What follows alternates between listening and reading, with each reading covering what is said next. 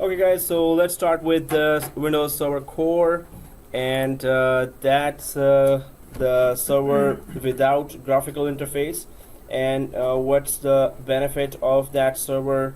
Why do we need in a Windows environment server core that is just using commands and PowerShell scripts to work?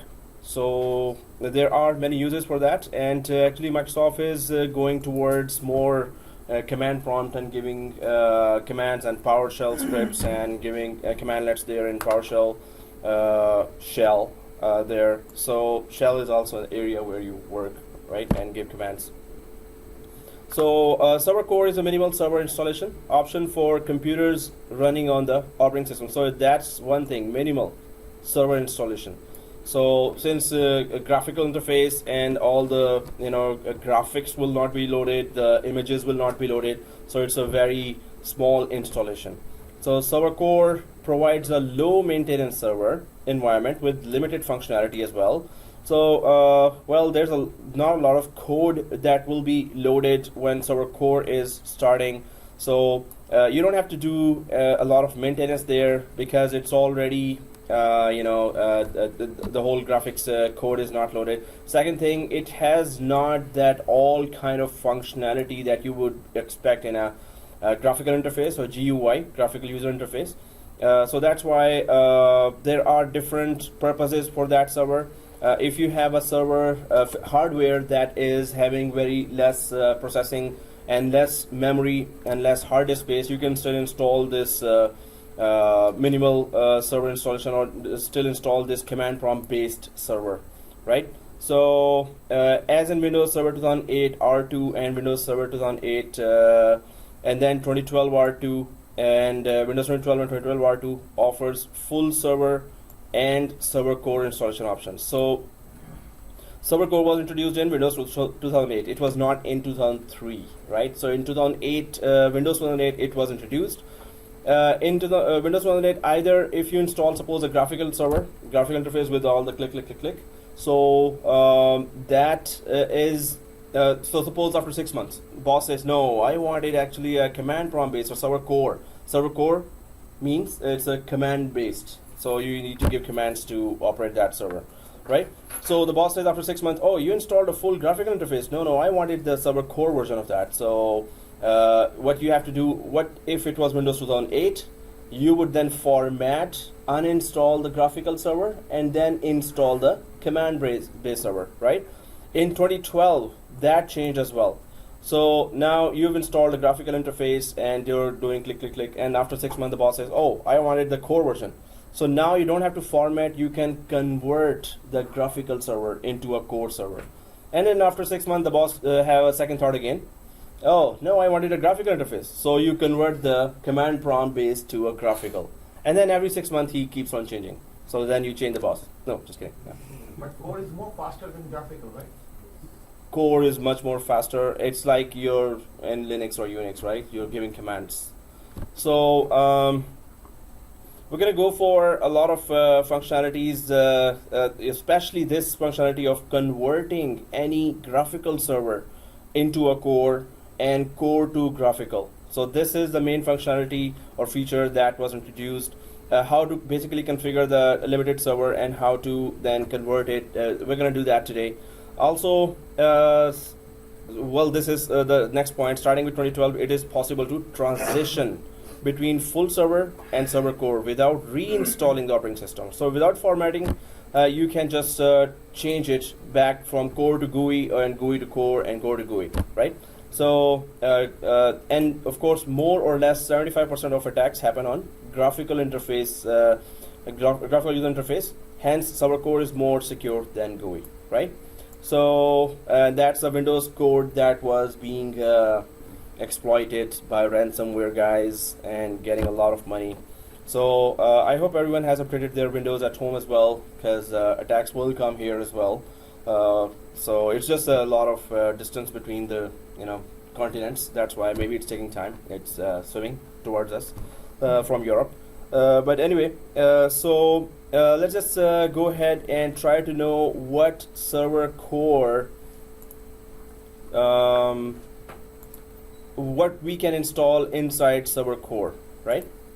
So here, ServerCore is an installation option that is capable of the following server roles. Active Directory can be installed in ServerCore. Active Directory, ADLDS, this is advanced version, Active Directory Lightweight Directory Services. DHCP can be installed, DNS, file services, bits, that's what we're gonna talk later, branch cache, total topic, Hyper-V, and all the other, many of the things that you install, many of the roles and services that, features that you install in graphical interface, you can easily install in ServerCore as well. And that's what we're gonna do today. First, we're gonna install ServerCore, then we're gonna then we're gonna basically configure it. So we're gonna give IP address, name, and join it to domain from from the core area, from the limited core area or with commands. Then we're going to convert it to then we're going to convert the core version to a graphical version, and then we're going to install Active Directory and DNS on the graphical version. We're going to make that graphical version replica DC. So let me just draw that plan as well.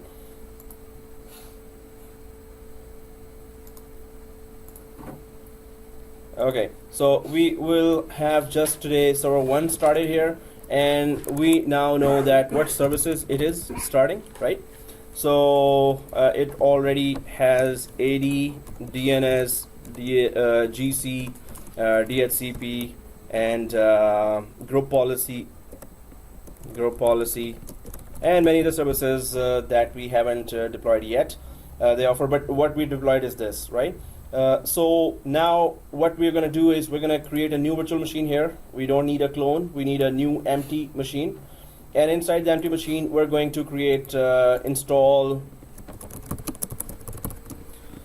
2012 R2 core and core data center version edition. So after that, the first step is on the empty new virtual machine, we're going to install Windows 2012 R2 core. Then we're going to configure it with the static IP, because it's a server, it's a critical resource, so static IP. Rename, join to domain. And there's a script, there's a small utility that helps us do that. We can do it purely from commands as well, but that's what I'm gonna send you at home. You're gonna be doing that and send me the screenshots. I hope a majority of us may have created a replica environment at home by now, right? So do that assignment of configuring the server core with commands only, right? Right now we're going to use a utility which is a built-in utility provided by Microsoft itself. So the next task, first we're going to install that. Second, we're going to configure it with static IP, rename, join to domain. Third thing, we're going to convert it to GUI or graphical interface. And there are we will run 4 commands to do this, and then the next steps will be that we will install we're going to make it we will make it a replica DC, right? So we all know what's a replica DC. What's a replica DC, anyone? Exact copy of the domain controller, offering the same services, AAA, name resolution, and global catalog on the other server as well. So we will make it a replica DC. Then we will try to make sure we will convert it back to core and check if it is still a replica DC, right? So these are the major steps here that we're going to be doing and trying to understand how to configure a core server. So of course we're going to try to have a proof that is it a replica DC or not by going to server 1 as well, to the domain controllers area here, and we will try to understand that. So till now this is it, the major steps. Let's just go for our slide back and just try to know some. So there's a, once you go inside the server core, it's just a command prompt. That's it, nothing else. So if you don't know the commands, you're stuck, right? So there are two utilities here. One is provided by Microsoft, built-in utility called sconfig, right? Second one is a CoreFif, but it is developed by MVP, or Microsoft most valued professional. So he has developed that utility called CoreFif, and that does much more tasks than the basic sconfig. Sconfig can give you basic facilities like how to rename the server core without giving commands. It's a menu-based utility, right? That can help you configure the server core. But CoreFif is also a utility by PowerShell, built-in PowerShell, that can give you a lot more functionality. You can install directly Active Directory inside without giving commands, and you can install DNS and everything.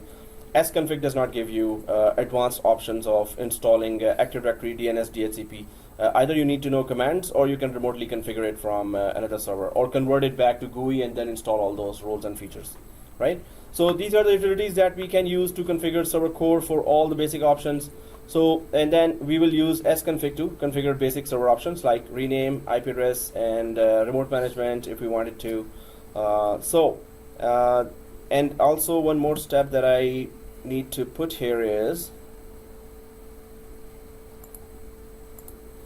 configure, rename IP address, and convert. Before converting, we will be so install VMware tools. That's one more thing we need to do. That's another major step, that we install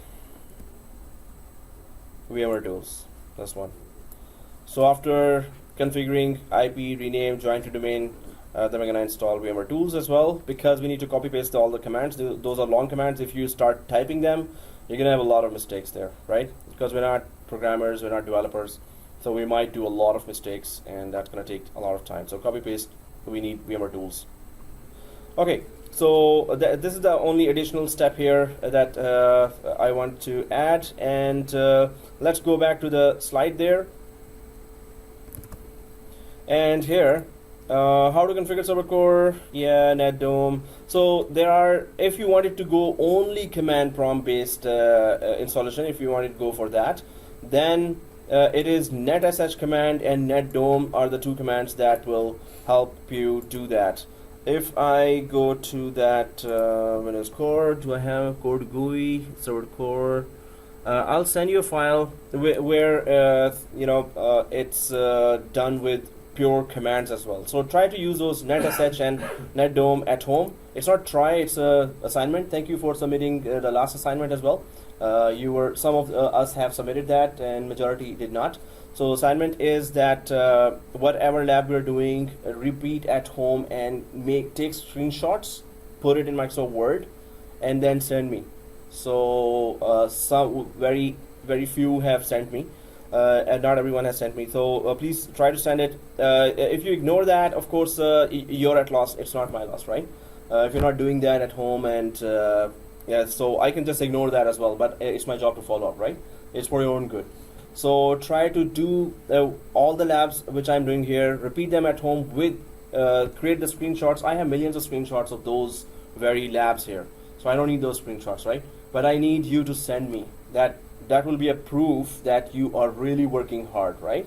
So create the screenshots of whatever labs you're doing at home. Screenshots, we know how to take a screenshot? How? I'm doing the print screen. Print screen, there's a snipping tool. Snipping tool as well. Yeah, whichever you're comfortable with. Snipping tool, if you have Note, Windows Note, then it also takes screenshots, but there are many ways. If you just Google it, how to take a screenshot, there are millions of software there. Snagit has a software. There's so many software there. So take screenshots, give a little explanation, and if I show you some of the screenshots, students have worked so hard, but those are their notes for life, right? They have just created once only. So now is the time to really work hard. So now is not the time to skip anything, right? So whatever assignment you're getting, do it, right? It's for your own good. I can ignore it, you can ignore it, and I don't care, you don't care, but it's your loss, right? Not my loss, right? So I'm gonna follow up with you. I have millions of screenshots here. I could just give you all those, but then you did not do anything. You did not do any hard work there, right? So you're not gonna learn anything from there. When you do it yourself, you're gonna see some errors there as well. And when you do it yourself, there's a new confidence that comes inside, right? In my Scotiabank interview, they were asking about one server, that Exchange server. It was an Exchange server job, the email servers, right? Exchange server. So they were asking a lot of things, but then they asked, okay, if the Exchange server goes down, what will you do? What are the steps? Because I had done that in a previous job environment, and at home I had done that. I crashed the server, and I did that 2 or 3 times way back. I didn't know that it will be asked in the interview. All of a sudden they asked, okay, what are the steps after the crash? So because I did that, I was confidently saying that, right? If I had seen it on YouTube 2-3 years ago, I would forget that, right? Right away then and there, actually, I would forget that. Because I did that, they were in my mind. And I don't know where they came from. And out of nowhere, I was starting telling that, okay, I did this. All the steps were in front of me because I did that. So that's why if you do it at home, only it will remain in your memory. Otherwise, we've seen that students have been saying that if we did not do the lab, now we forgot everything. And we want to remember, it's a little difficult, right? But so that's why I'm saying, do it at home, take screenshots of every step. Yes, it looks like a very big job, but you're here to study and you're here to create notes. Those notes will be very useful for you throughout your next 4 or 5 years, right? So that's why create the notes and do double work, hard work. This is the time to work hard, right? And yeah, without certifications, nobody will call you. So I'm still getting a lot of emails from students that I'm not getting any calls. Sir, I have done all the courses here. Then I started asking, okay, how many certifications you did? And 2 or 3 or 3 or 4, right? No, you have to do more because so many students from so many colleges have done 8, 9, 10 certifications. So they will call them, even if they don't like them. But if they call them, they have consumed their quota of calling, so they might never call you, right? So that's why we have examcollection.com subscription, and I'm gonna send you the latest files, previous course, previous batches. One student started giving exams, and as a challenge, there was a long line of other students that took that challenge and they started giving the exam 1, 2, 3, 4, 5, 6, 7. Now they're doing the labs, one after the other, labs after labs, right? So in this class, I need to see who breaks the bubble, right? Who gives the first exam. So yes, you can wait till the end of the course. It's okay. There are some other strategies that are. Okay, guys. So we are back from that talk of the exams, and let's just start configuring our server. Let's just go with the plan again. This is the plan. First, we create a new machine. First thing. Second thing, we go for installation of core data center, not GUI. Third thing, we configure basic with the commands, and then configure with static IP. Then the fourth is install VMware tool. So we're going to do that, and we're going to understand again. I'm going to explain the whole steps, why we're doing what we're doing, right? And any question is always welcome. And don't be shy of asking questions, guys. Don't be shy of asking questions. Any question is always welcome, right? No question is like basic question or anything. It's always welcome, right? This is your right to ask questions. Okay, so let's just go ahead to our environment here, 7410, and server 1 is started already, right? Okay. Server 1 has started already, and let's just go inside server 1 and check it out, what's going on. Let's open our Active Directory user and computers. First, log in from server 1 with netadmin, and always log in from any server with netadmin. Second thing is open Active Directory users and computers and DNS windows or consoles. By now, we should know where they are, right? So never, when I say that open ADUC, you should know where to go, right? Never wait for my steps. Oh, he's going to move the mouse to tools. Okay, now I will move the mouse. So if I say go to ADUC, you should know this is basics, right? So try to remember many things that we are repeating again and again and again and again. So whenever I say go to ADUC, it's tools and this is Active Directory Union Computers, right? So we should know that. We should just go there, right? So, and I also wanted to ask that open tools and DNS as well, right? So open Active Directory Union Computers and DNS, right? So, okay guys, here, did we open DNS? Yeah. Everyone has opened DNS, right? So if we expand the DNS here, expand the DNS and go to forward lookup zone. Expand the DNS, go to forward lookup zone. And then go to your domain. If everyone is on the domain and you can see this window. So we have one client, one server, server 1 and server 2, right? A records are created for forward lookup zone and they resolve computer name to IP address. Just a reminder and refresher because we will forget that, right? If we don't. And reverse lookup zone is created with pointer record, PTR records, right? Reverse lookup zone always has the pointer records. It resolves IP addresses to host names, and forward lookup zone resolves host names to IP address. Reverse lookup zone, IP address to host names, right? So this is something we should be in every class. We should just visit these areas just to clarify our concepts. Oh yeah, there it is. Okay. So let's just close the DNS now. I just wanted to show you, and every time we need to make sure that we know what is A record and pointer record, right? So, and then let's go to the Active Directory Union Computers. It is still open. Yeah. Active Directory Union Computers. So once we expand the Active Directory users and computers, do you see domain controllers here? Active Directory users and computers and domain controllers, and we all have server 1. Okay, so in the computers container, this is the domain controllers container, right? Do you see computers container as well? This one. And once you go there, how many servers do you see? 2. How many machines? Yeah, one is a server, one is a client, right?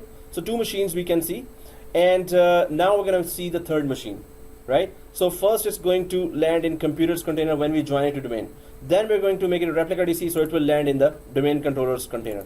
So we're going to trace that while they are being added. It is being added there. So let's just keep the Active Directory users and computers open because we are about to install ServerCore in a new empty machine, right? So keep it open.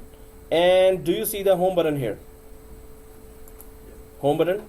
Everyone there? If you don't see the home button, you can go for File and New Virtual Machine. We're going to start creating a new virtual machine. So here, click the home button or go to File and New Virtual Machine. It's the same thing, right? So click the Create New Virtual Machine, this one. And everyone there? Hey, our leader is absent today as well. Cool. Not cool.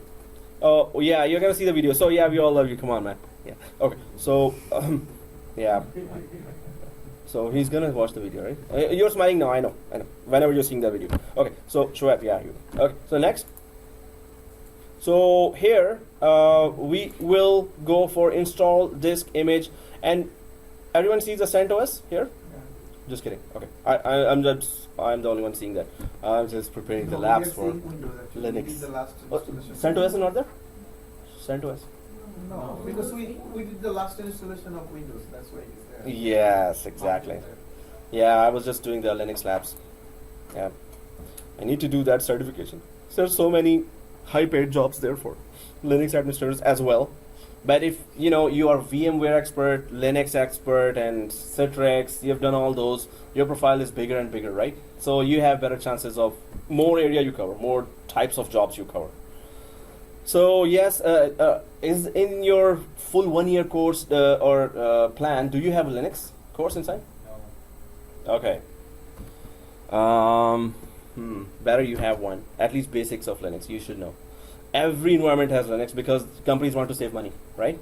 Apart from 20-30 more courses, this is one more you need to do. Okay, so here, not here. So I'm just gonna quickly go there and try to go for software and go for ISO and 2012 R2. Okay, so we all see that, right? Detected, R2. Next? 2012 R2. Yeah, R2, right? Next? And 64-bit, right? Yeah, exactly. You're right. Okay, guys, so here. Why we are not creating this from the copy from the template? Yes. Creating a new one. That's a good question. So, okay guys, why are we creating a new machine to install ServerCore, and why are we not creating a clone from the template, which already has a Windows installed? Yes, it has graphical interface, right? So we are going for command prompt based only. So there's a totally different. Huh? You can convert directly. That we will do by first installing the command prompt. But yes, you're right. If we go for a clone, we can convert it to server core, and then we can convert back to GUI as well. We can do that. But this is better that we land into nowhere. That just command prompt is looking back at us, and we're looking at it, and okay, what to do now? So that's better to understand. Okay, guys. So directly we're installing ServerCore. Otherwise, we could have gone for converting that. But anyway, let's just go there and ServerCore 01, ServerCore 01, and your first name, yeah. This is installer this image file. This the one? Yeah, Windows 2012. Yeah, Windows Server 2012. Yeah, double click that. Yeah, I did that. Yeah, and then you should be there. So do you see this? Yeah. And next, and that's the name. We're just changing the name. So dash ServerCore 01 dash your first name. Guys, put your first name on every machine, because yesterday I was transferring some machines from here to there. We do maintenance all the time, right? So now I knew that whose machines were those which for other classes. So please always give your first name there. If you want to use your laptop in this class, that's also good. But the main thing is, are you doing the same labs at home or not? That's very important, right? So, and start creating those screenshots. Otherwise, repeating now will also might not be useful if you're not creating screenshots there, right? So screenshots are for you, right? For your future. So every step should be screenshot. So before the interview, you can just look at that and you will have an idea. Nobody has time to watch 48 hours of videos, right? Okay, guys. So here, ServerCore 01 dash your first name next. Don't change anything here in the location, just the above name. Next, and then 60 GB is okay. It's a ServerCore. We're not going to use it throughout the course. Just for today, we just want to learn what is ServerCore, right? And this is here. Multiple files is okay, or single file is up to you. So no change here, right? Next, and of course we always go for customize hardware. So let's click customize hardware here. Everyone customize hardware? Yeah. Okay, so what is our VMnet? VMnet 10? Okay. So 10. But why we are using, why we are not taking from the beginning 8? Then later on we can change it. 8 what? Net 10, net 8. VMnet 8. VM 8.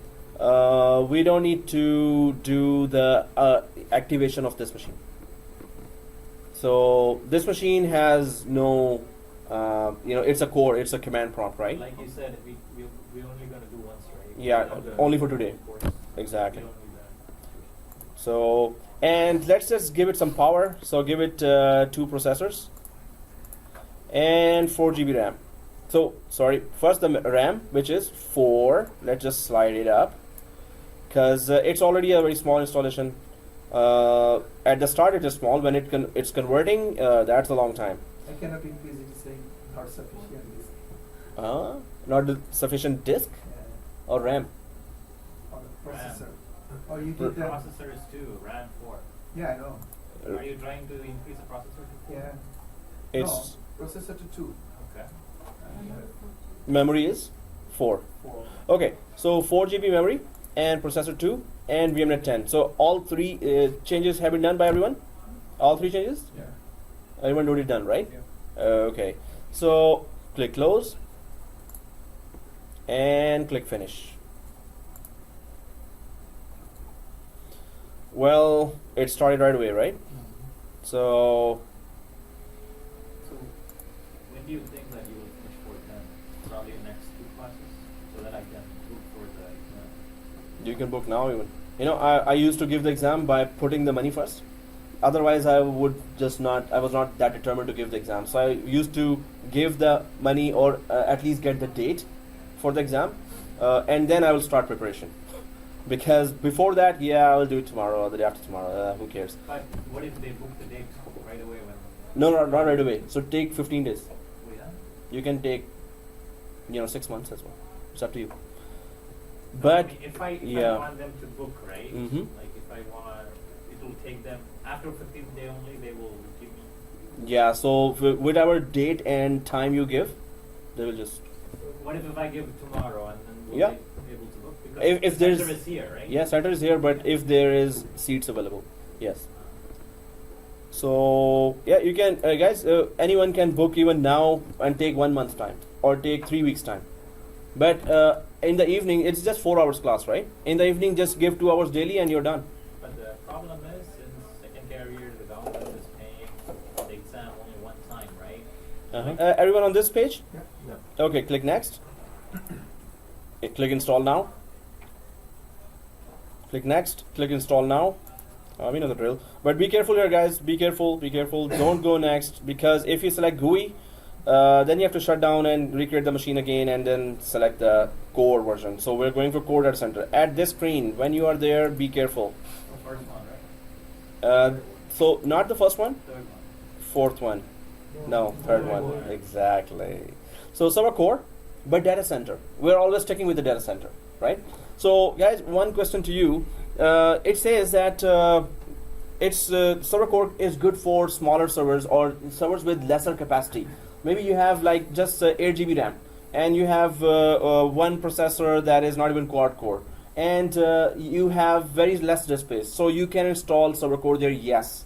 But suppose you have these are banks and they are buying very good hardware and state-of-the-art processors, and RAM is too much and so much hard disk space. Will they be? Is there any scenario that you will be the banks can use this?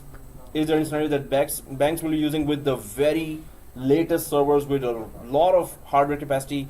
Is there any scenario that they will be using that? What is the scenario there?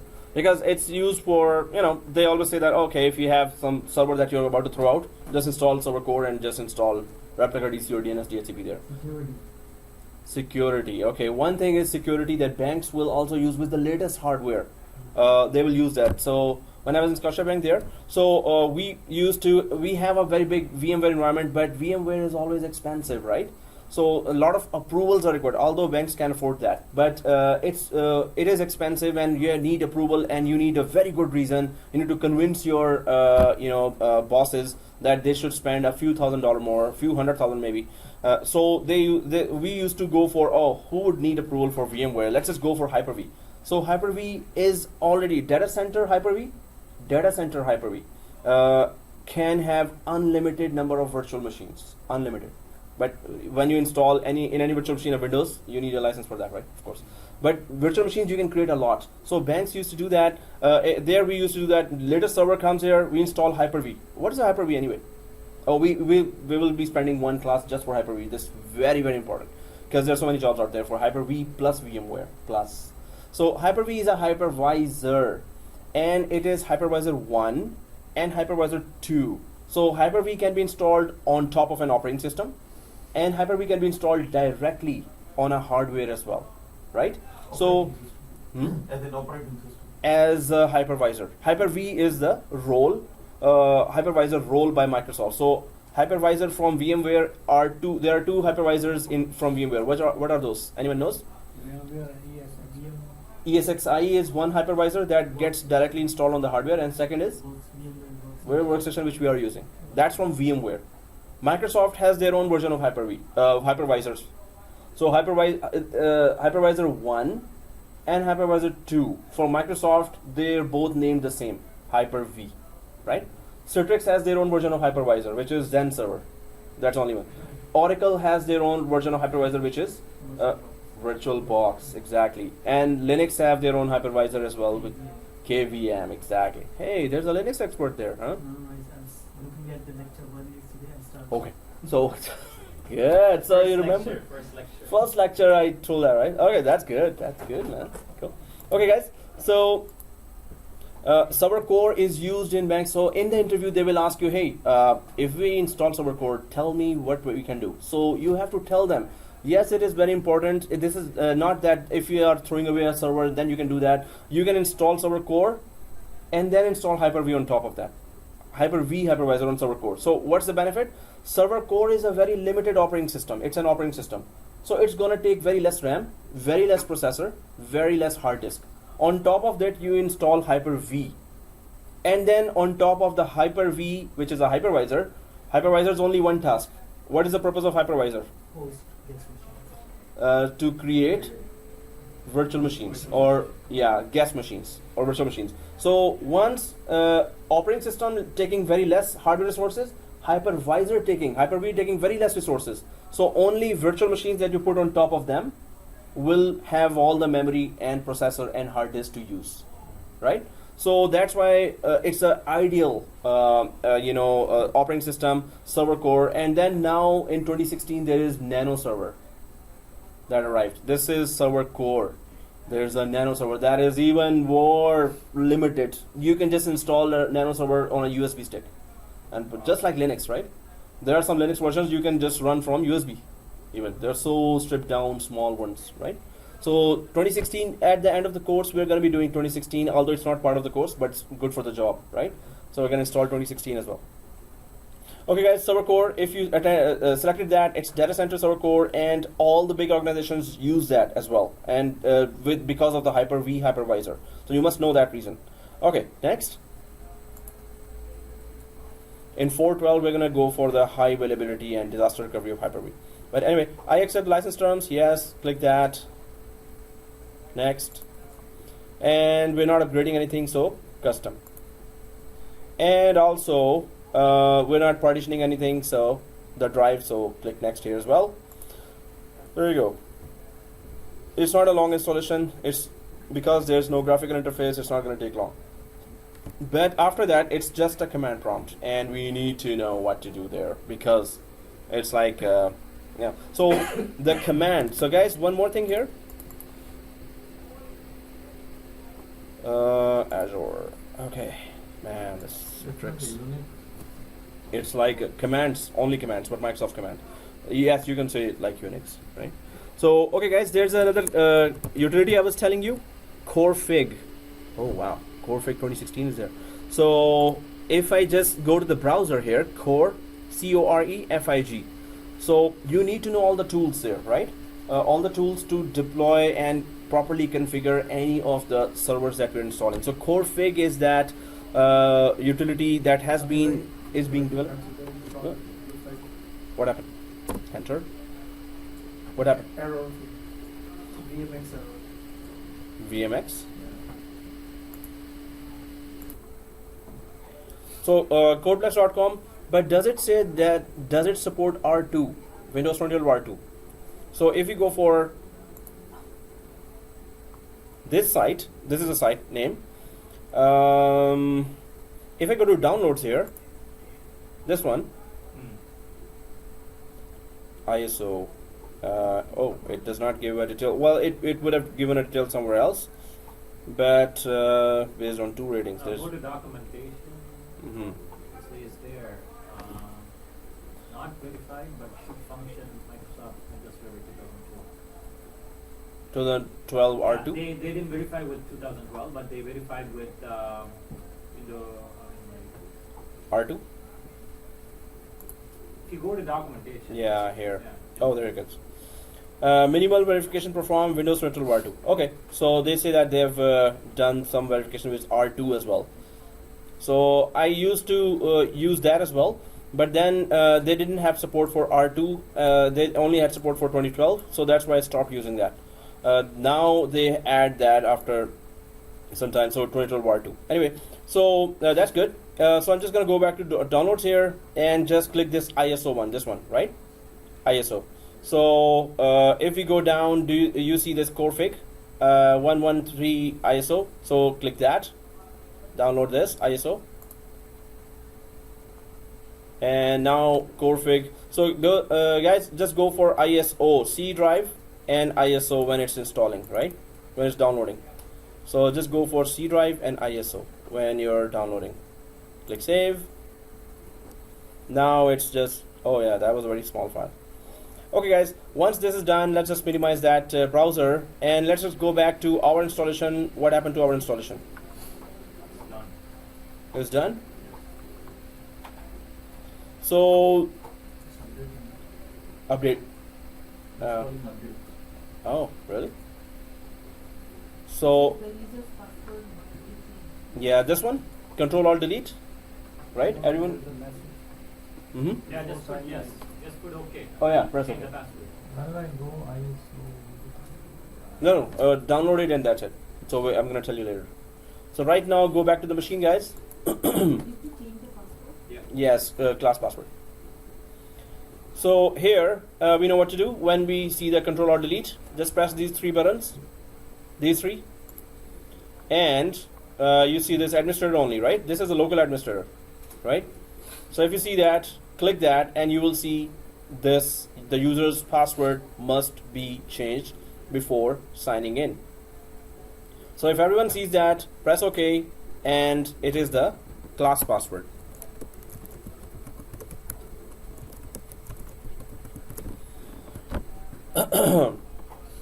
Administrator, right? Yeah, the administrator is by default the user, local administrator, and the class password. I know it's still Mm-hmm. Yeah, we'll. While Ashik is installing, let's just do the quickly this next lab. Yes, yes, we will do it. Just quick, just we're done. Okay. Now let's start a new topic. Okay. So here, let's see. This is our Windows environment, and that's it, right? Okay. So this is what you see when you log in, right? And well, that's not much to start with. But did we talk about that utility called sconfig? Huh? Yeah. Sconfig. There's a CoreFif utility that is developed by another developer, codeplex.com guys. But there is that sconfig, which is a built-in PowerShell utility. Sconfig. So if I type here it's not case sensitive. Sconfig, SCONFIG, and press enter. It will give you menu base. So where? Still installing? Wow, I got a blue. Yeah, it's not that blue screen. Okay. So if you type sconfig, SCONFIG, and then press enter, yes. So the other blue screen is called BSOD, right? Everyone knows what's BSOD? Blue screen of death. Yeah. Wow. Okay. Yeah, you scared me by saying that. So blue screen of death here, and what? Not this one. Not here. Not here. Okay. So you can see here that it is menu based, so it has made our life easy. If we want to quickly configure something, this is so good and easy, right? So domain/workgroup is one. Then computer name, which is weird name, and it is part of the workgroup. Of course, we need to change it to domain. Then there is configure remote management. If you want to, it is already enabled by default, right? Configure remote management. Windows update settings is manual. We would have updated that if we will be permanently using that, but we're just using it for today, just to learn how to install and basically configure the server core. Download and install updates. Remote desktop is disabled. That's important, but we could just go with any option here and try to configure that. Then network settings. Network setting is the main thing that we're going to be setting up first. We're going to go for static IP there. Date and time has to be perfect and correct. Let's see if that helps as well. And then there's a customer improvement program. So we don't want to improve this software, so we're not going to go there. Oh, we want to improve that. Okay. So Windows activation, we don't need activation because we're going to be just using it for today. Log off user, restart server, shut down server, exit to command line are the basic options there, right? So of course, the first option is 8 network settings. And so everyone there? Yeah. So the first option is option number 8, right? So Ashik, you're there? Mm-hmm. So 8 and press enter.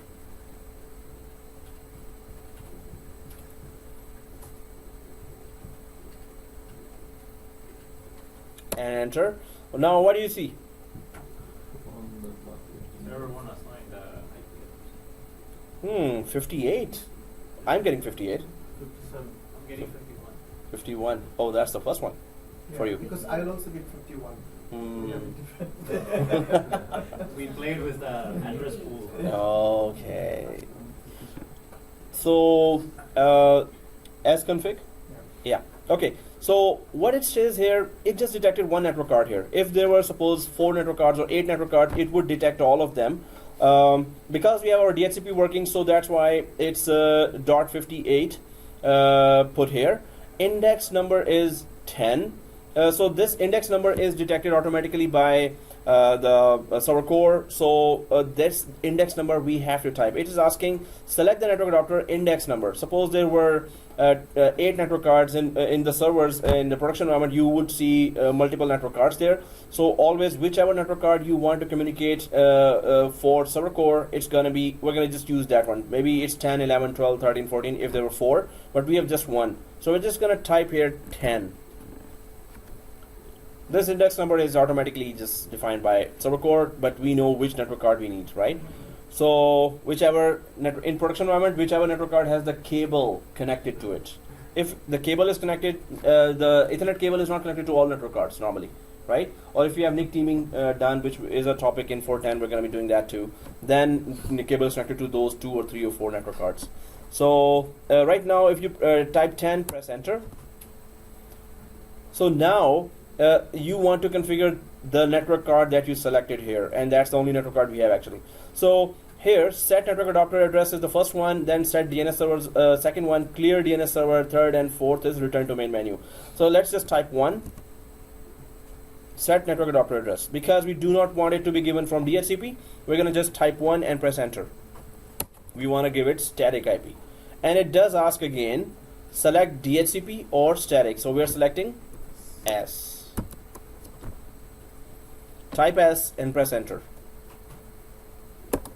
And then we're going for enter static IP address. Of course, now we can just go for whatever we haven't used yet. Next sequentially available in our environment. In production, we have to. So 200.4 we did not use, I guess, right? So just type 4 here. 4 and so 200.4. Press enter. It's gonna automatically put the subnet mask. Very easy. Yeah. And I'm going to send you the commands and you have to send me the screenshot, so that's very important for you, right? So yeah, so that command based, you will then appreciate this more even when you have to type the whole command and it's like, huh? But you have to know that way as well, right? So 255.255.0, yes, that's the default one, so press enter. And the gateway we all know, 192.168.200.1. 50.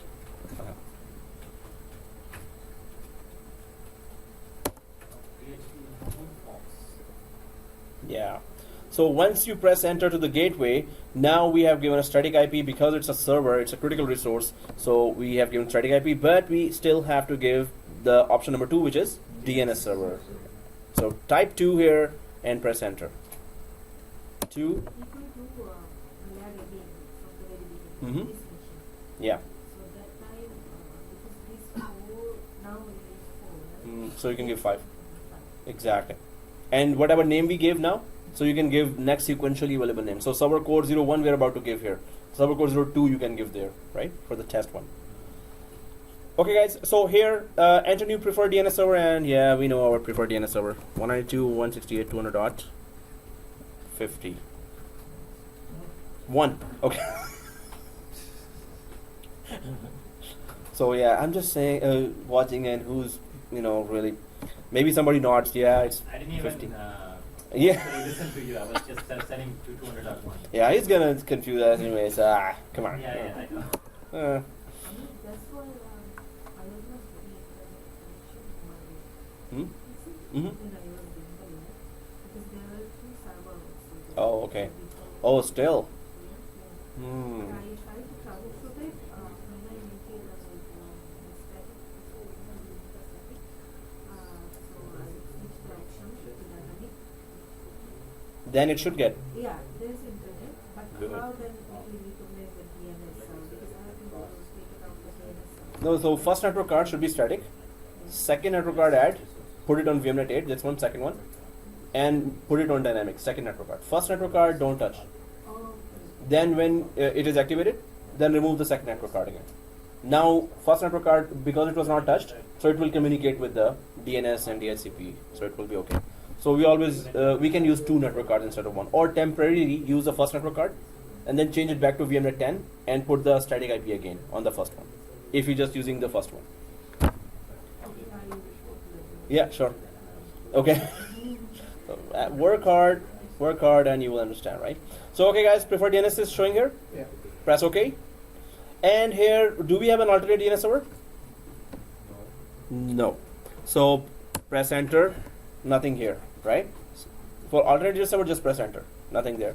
So now we have configured first the static IP, and it is showing here, right? Above here, IP address, subnet mask, DHCP, default gateway, preferred DNS. So that's what we have given here on the NIC index 10 on this only NIC we have available, whose MAC address is this, right? So let's since it is done, static IP is done. So type 4 and press enter. Type 4. Is there a way to disable the IPv6 here, like we did in the previous servers? You know, like yeah. we don't want to see that big number you said, right? There's no way. Right? No, this is a basic utility. That's why we have CoreFif, and CoreFif has a lot more options to do a lot more things. Okay, guys. So first thing is done, static IP. Now let's just rename and restart, and then give domain name and restart. Although there's two things in one go as well. If you just try to join it from domain, it's still going to ask you, hey, you do want to rename that machine as well? But that's going to be a little more confusing for us. So we'll just first go for computer name, which is 2. So go to option 2 here, type 2 and press enter. 2, enter. Now it's asking for a computer name. So it is ServerCore 01, ServerCore 01. Then it's going to ask you, of course, that username, password. Which username has the privilege to do that, to rename. I think it's going to ask, or maybe it's not. But ServerCore 01, if you have put that, press enter. Then go ahead and restart. If it's not asking for credentials, it's okay. Go ahead and restart. So ServerCore 01, if you have typed that, press enter. And you must restart your computer to apply these changes. Everyone sees that message? Yes. Okay. So press yes and restart. Then we go for domain join. There you have to be a little careful.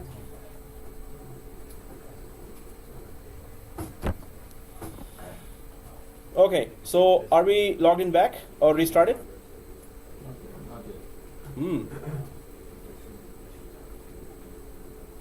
Not yet? Or yes yet? Yes yet? Okay. Oh, yes yet is no word. I'm just creating that, right? So in public, don't say yes yet for anyone else. Right?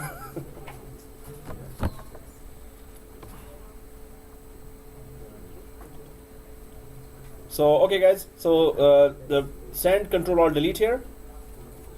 Once you restart, and the administrator password we have already given, class password.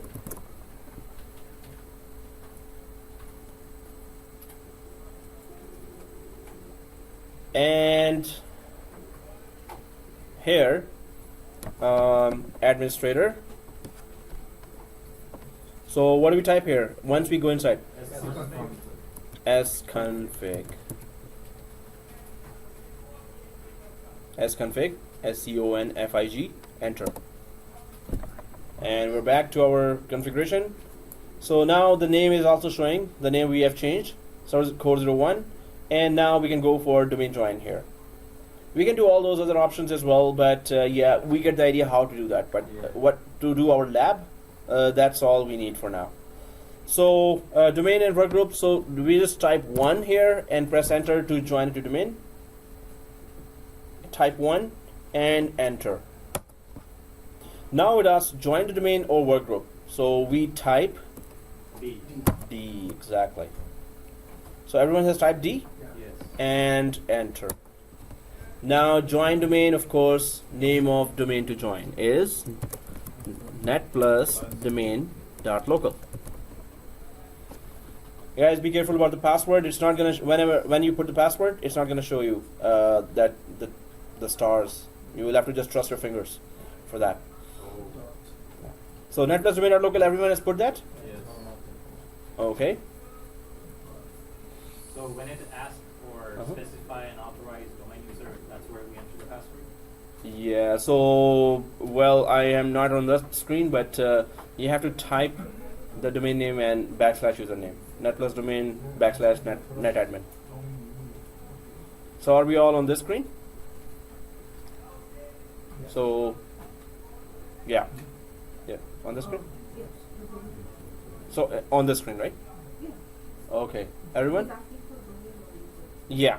So, oh, you press enter as well. Okay, guys. So net plus domain.local. You're there. Yeah. Okay. Enter. And now it's asking this one, right? Specify an authorized domain backslash user. So it is net plus domain backslash netadmin, because this netadmin has the privilege to join any computer or server to the domain. So net plus domain backslash netadmin.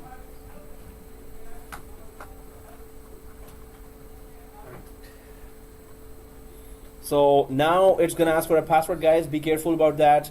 You have to trust your fingers, and the thing is that it's not gonna show you when you type anything. Tick tick tick tick, right? So if you have put the correct domain name and correct username, then press enter. You will see just this screen, just this black screen, right? So, well, trust your fingers, and it's small ABC, capital C, shift 1 2 3, right? So ABC, capital shift ABC, shift 1 2 3. I hope they typed that, right? And press enter, and after that you will know. If you see this screen, you're good. Do you want to change the computer name? Click no. The next screen is this. Do you want to change the computer name? No. So we don't want to change the computer name. We already did that separately, right? So click no here, and you must restart your computer. So go ahead and restart. Now it's joined to the domain as well. So everyone sees that message? You must restart your computer? Everyone? Okay. Press yes. So now we have joined the domain as well. We're good. And what's the proof that it is joined to the domain? We go to server 1. Yes. And? Go to the users and computers. Yes. And check domain controller. Nope. No, sorry, computers. Exactly. Oh. And refresh. So everyone on server 1, active directories and computers, and computer is not showing, so refresh. So click refresh here, and now server core is showing for everyone. Server core 01 like this, right? So if it is showing, that's good, but we need to put it to the domain controllers club later, or container. Right now it's in the computer, so it's just a member server or a standalone server. So which one is it now? Member. Is it a member server or a standalone server? Server core 01. Member. Member server. Okay, so here Windows 2012. If I go back to the server core, now let's log in again, but this time we are logging in from netadmin. Do not log in from this user. Actually, I did. Ouch, too late. Actually, I do. Log out. That's a good question. How? Because okay, suppose you accidentally logged in. So I'm just gonna accidentally log in now, right?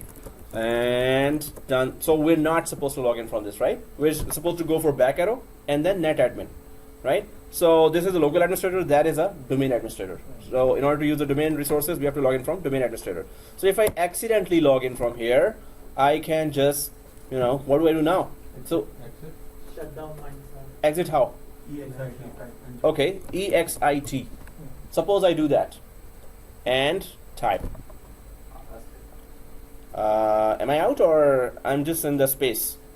Hello. I hope at least I'm able to breathe in the space. The mouse is still there. You know what exit did? It even removed that box where we were supposed to put some commands. So that's another scenario. If we remove that box, how to get that box back? How to get that window back? So that's a tricky one, guys. If you miss that, if you accidentally closed it, so go for this Control Alt Delete button, or type Control Alt Insert inside. But if you go for Control Alt Delete, you can get this screen, right? We need to get that window back, so that's what I'm doing right now. So then you go for Task Manager. Once you go to Task Manager, then if you open the Task Manager, then it is More Details. I click the More Details. Then I go to File, Run New Task in the file, and then I type CMD, right? So then the window comes back again. Yes. So yes, it could happen that you could click this close button here like this. So you have to go back here, go to run and type. Yeah, you were saying? I can type log off, right? Okay. So if we type log off, guys, there is another command. Yeah. So if we type LOGOFF, log off, this one, log off, enter. There we go. Oh, log. How did you know that? Okay. That's Or good. If we wanna restart, what is the command for that? Shutdown /R. Slash. Okay, guys. So I'm just gonna go inside, but that was important. That if we lose that window or if we want to go out, what to do. So that's basic navigation. But I'm just logging in. But you can see that I have to log in from other user, right? So go to other user when you're logging in, and then go for netadmin. Because we're joined from domain, so we need all the privileges of the domain now and resources of the domain to access. Yeah, click the arrow. Do you see the arrow on the left side?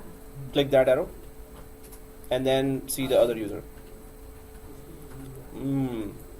So guys, do the lab at home. You should be very, very proficient. You should just know which option is where. If you do the lab 2 or 3 times at home, you will be like, right? So it's all hard work. How many times you repeat. If you don't repeat, you're wasting your time here, right? So okay, guys, netadmin. So that's for everyone, right? Okay, once we log in from netadmin, now it shows there that we are logged in from users and netadmin, and now we need to do that other task. So the step number 2 here, if I go to the major steps, so first is configure with static IP rename and join domain. So we've done that. Now the third step is install VMware tools. Then the fourth step is converted to GUI. So let's install the VMware tools now. How do we install VMware tools in this? In graphical interface, we knew it's click. But here, it's also click. Okay, so how do we do that? Everyone on the server core? So go up there to the white area here and right click, and you see install VMware tools, just like we used to do that in the graphical server or GUI. So everyone sees this? Yes. Click the install VMware tools.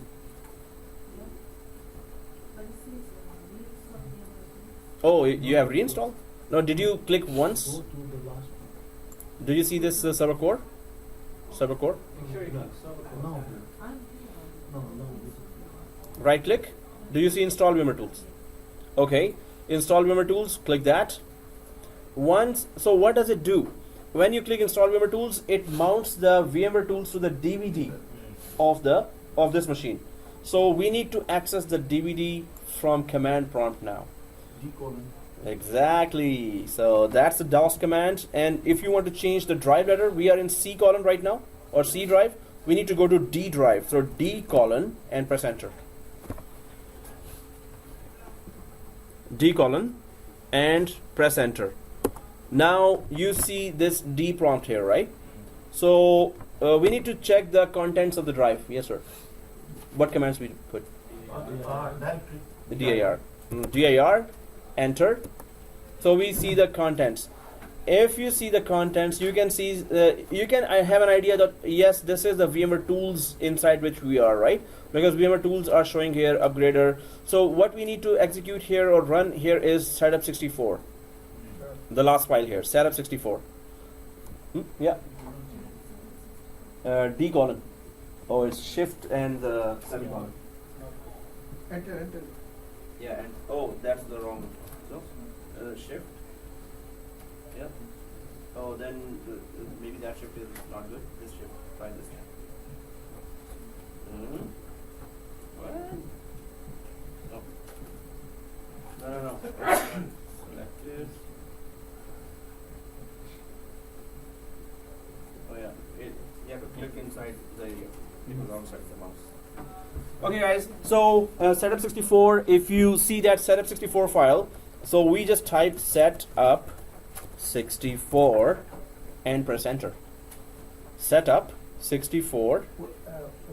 What did we see that on setup 64? To the directory. This one. Oh, that one, right?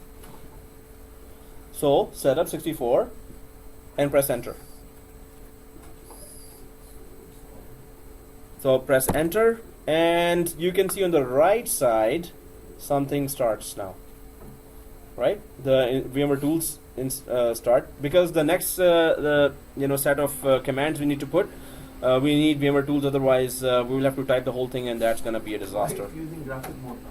You should write everything. Yeah. Graphics mode, exactly. Right, yeah. Doing everything command mode, then it should do command. Yeah. So yeah, it is supposed to be, and we need to understand that in 2016 we have to understand Nano Server as well, ServerCore and then Nano Server. But that's just 2016 course. If now, because 2016 is out and certification is out, so the upgrade certification is out as well. So I would really recommend that if you are done with 74, 10, 11, 12, then go for one more certification to upgrade to 2016 as well. So that will be one more exam, which is upgrade from MCSA 2012 to MCSA 2016. Upgrade it at least. That'll be easy, right? Once you understand the concept, that'll be easy. Exactly, that will be easy. So guys, do we all see the screen? Okay, so it's all next finish and restart, right? So we know that. So if you see the screen, it's next finish and restart. Are there? Yes yet? Not yet? Yes yet, okay.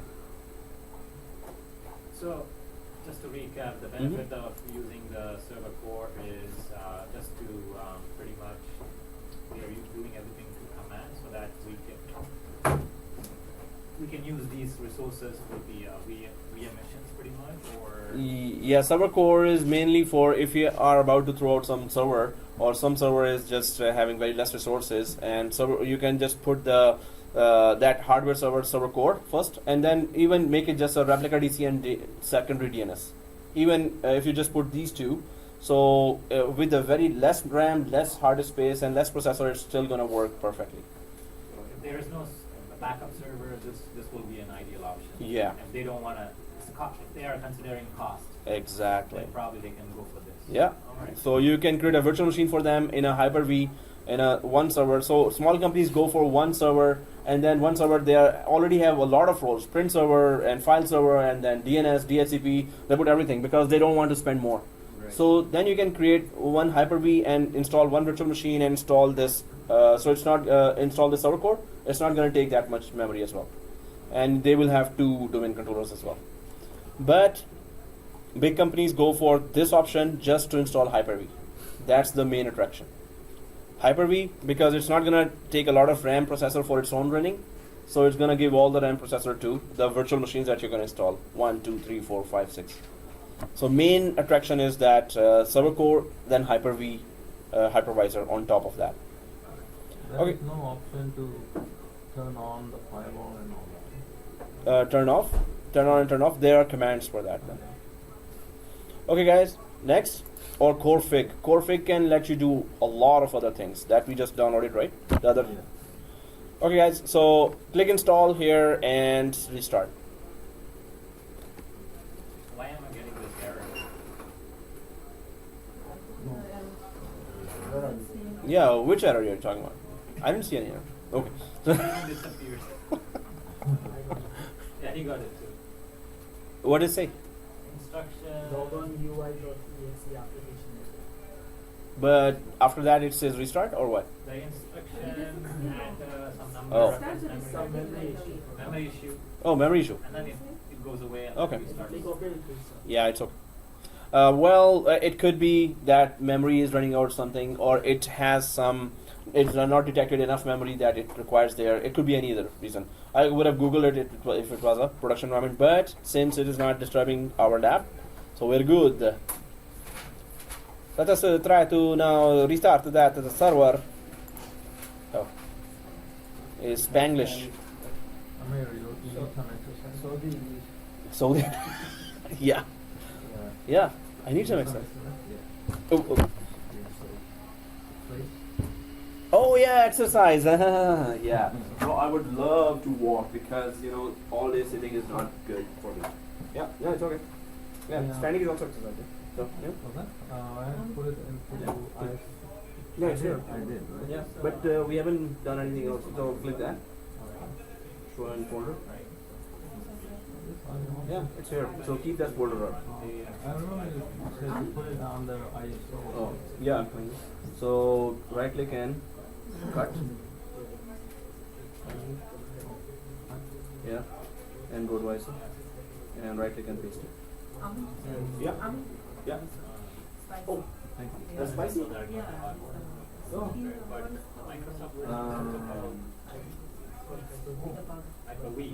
Oh, thank you. For that, right?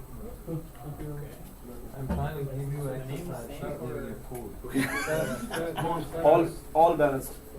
Not balanced. Oh, yeah, that's nice. Thank you. Okay, guys. So,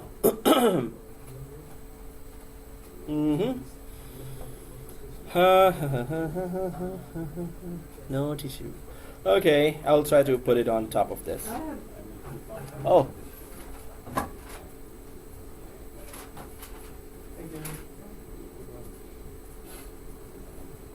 Okay, guys. So let us continue. Lettuce is a nice vegetable. Lettuce. Okay. And just restart again.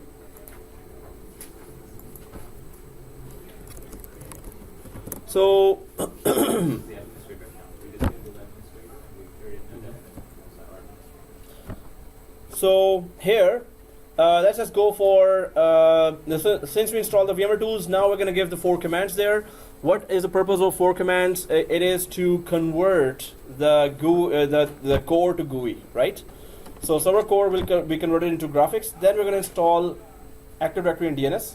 Then we're going to again convert it to from GUI to core. So we can also see that once we convert any roles and features that are installed in graphical interface, do they still remain there or are they affected in some way or not, right? So there now we are inside the folder structure users and netadmin. Everyone there? Everyone has logged in back?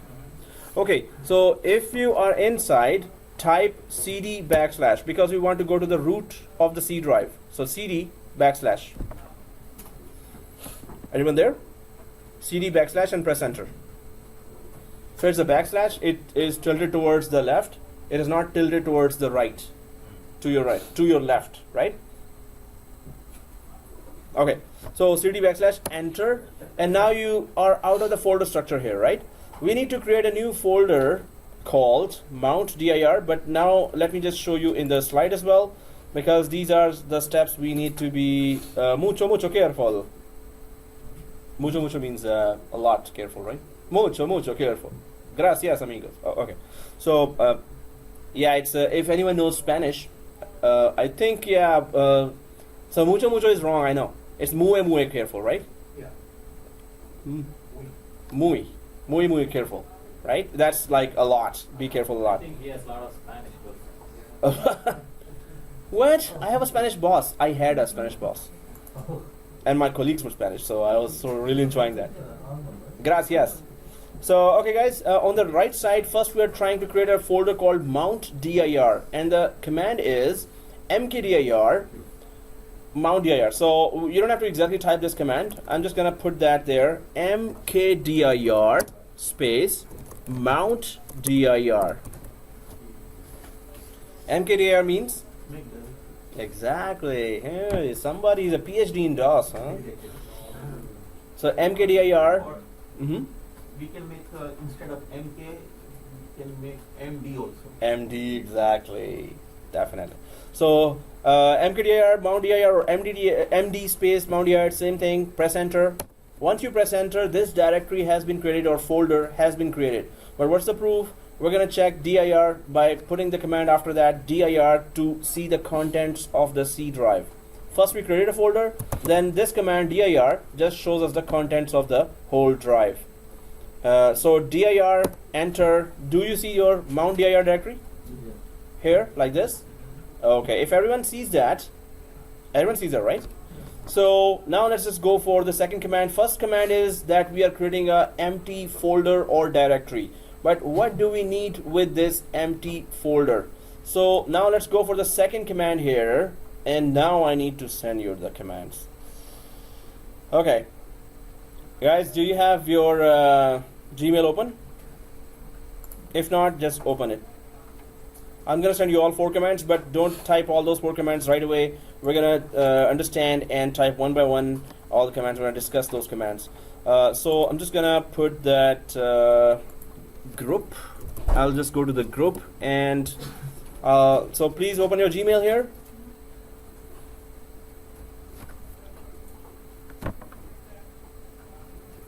$74.10. Open. Yeah.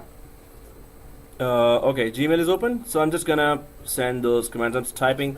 So commands to convert core server 2012 to GUI. Okay, so I'll just start putting in those commands. The first one was this. Let's create a folder. So guys, I'm gonna send you, but don't try those commands until I show you. Wow, that was a very big font. Anyway, so second command is this. It's a long one. So install DISM, install, and I'll tell you the reason, and we're gonna discuss that. So do not run without that. If there's a dot here, you have to remove that. Okay, let me just remove that because now it's good for you. Third one is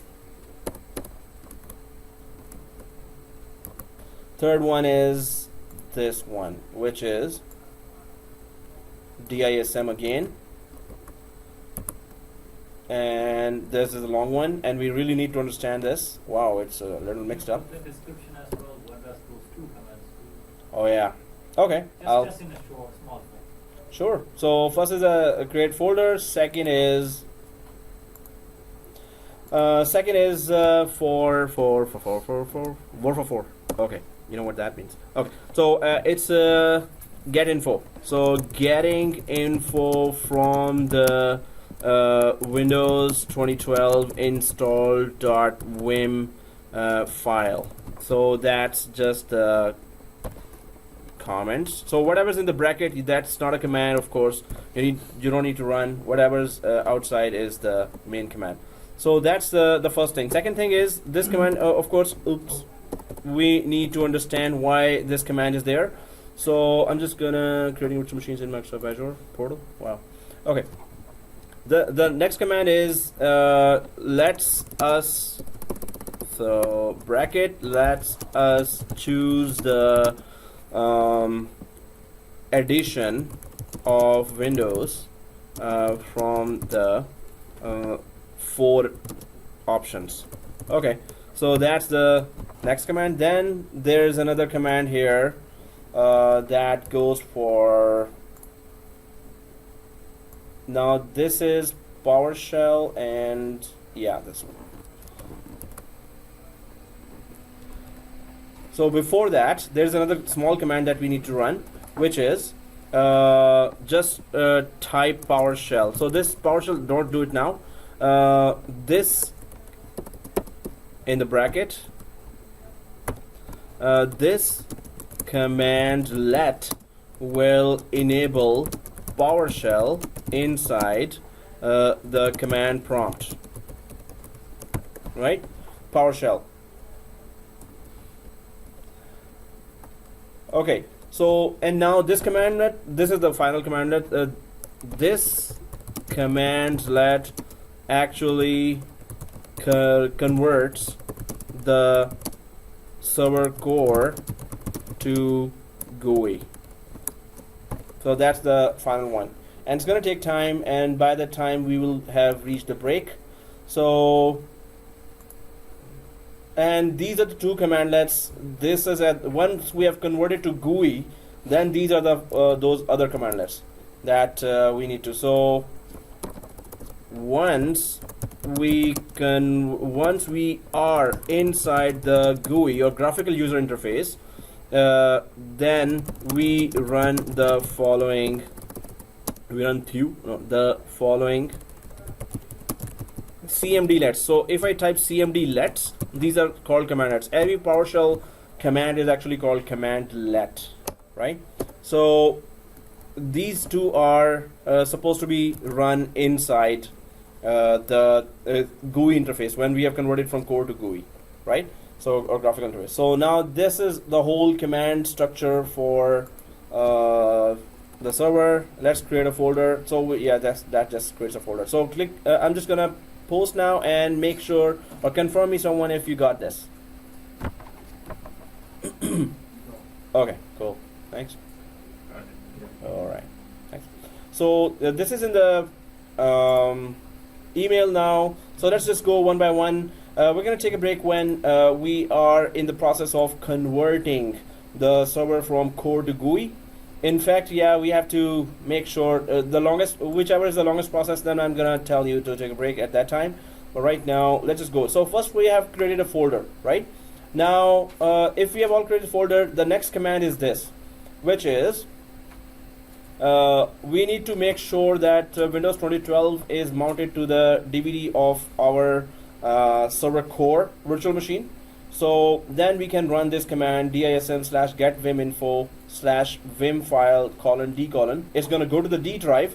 It's going to go to the sources folder of the D drive, and then it's going to get the information of the install.vim file. What is the install.vim file? Install.vim file has all the information of the whole operating system of Windows 2012 R2, right? So it will have information. Once you run this command, the result will be like this, that index 1, index 2, index 3, index 4, and the result will just show that how many editions are there. There is a standard GUI edition, there is a standard core edition, there is a data center GUI and data center core, right? So these are the 4 editions. And why we are getting this info? Because we want to convert this data center core to data center graphical interface, user interface, or data center GUI, right? We're going to convert this to from core, which is this command prompt only, and to a graphical interface. So for that, first we are getting the information, how many editions are there. So we could choose any one of those, right? So let's just copy this command from the email like this, from DISM. Don't include the D drive. From the DISM as I selected here. Well, you only have DISM, right? So that's the command, and don't go for the wrong command. This is install. It ends with install.vm. It starts with DISM. Make sure you're going for the right command. And copy that. Copy that. And go for your command prompt here, like this. And right click. And do you see the paste here? Yes. Right click and paste. Right? So once you paste, it should look like this. What happened? You know, it's better if you copy everything and put it on a Word file, and then from there you just do it, because Yeah, even mine it's was all also separate. Notepad. Just Oh, copy okay. it. Yeah, with the Notepad or Word This file. one, let's. Yeah, okay. Go to run it. So guys, open Same the problem. Microsoft Word. Open the Microsoft Word and just copy everything. That's a good suggestion.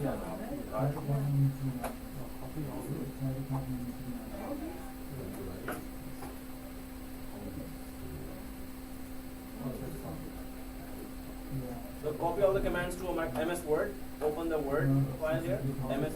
So just type W Word. Sorry, again, W Word.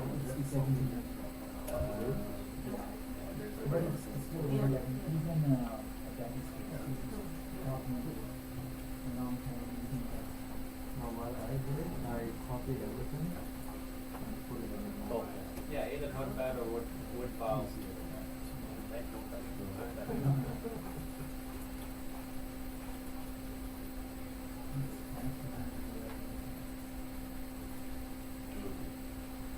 So we're going for this one, right?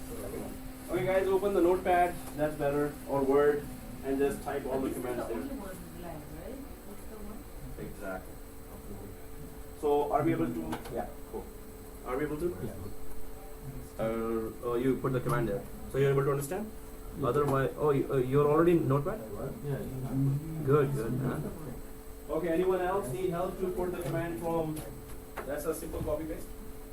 Oh, you put this already? Yeah. So select. This is the one, here. DISM. No, that's. Just have to for the Yeah. From there, DISM slash.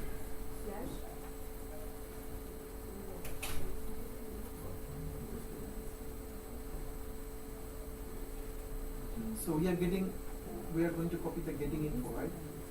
Yeah, the second one, which is showing on the board. Yes.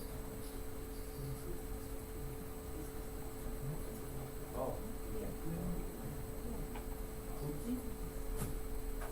What is that?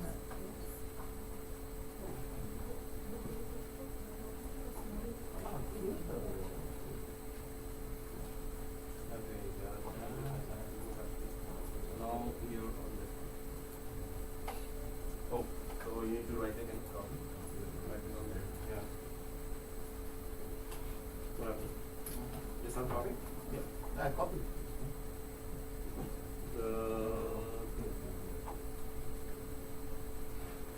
Yeah. You copied already? Sir. And you're running? So So this this go go to, to. so this one? Oh, yeah. Right click here. Everything is big, so this one's was That's where the board is. Anyone is seeing according to the board? Copy the second command to. So everyone is there according to the board, right? According to the board. Okay, guys. So let's press enter. So press enter here. And you can see that it is giving information about all the additions. Index 1 is server 2012 R2 server standard and standard core. At the end it says core. Then the index 2 is GUI because it doesn't say GUI, but it is if it's not showing core, then it is GUI, right? Then the third one is core again. That's where we are. But we need the fourth one, which is GUI or graphical user interface, right? So we're gonna go for the next command that will tell that hey, we need index 4 or the GUI server and we need the files. So what it will do, it's going to copy the graphical interface files to that mount.dir folder that we created. So we remember we created an empty folder called mount.dir. So we're going to copy the files of index 4, which is just graphical interface server files. We're going to mount it and copy it to the that empty folder. So let's go for the next command. If this command, everyone sees this result, right? Yeah. After pressing enter. So the next command will be, so we're copy pasting and we are having a little problem here. Imagine if we were able to type that. So if you're good in typing, of course, then it will be no problem for you. But if it's not, if you're not good in typing, then that's fine.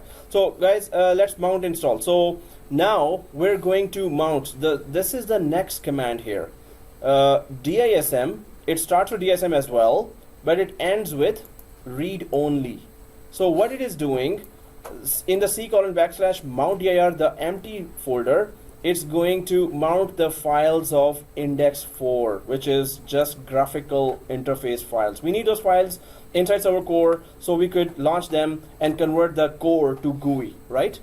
To convert the core to GUI. So this command here will do that. So if you copy the next command, which is also starting from DISM, but it ends with read only. Everyone sees that command?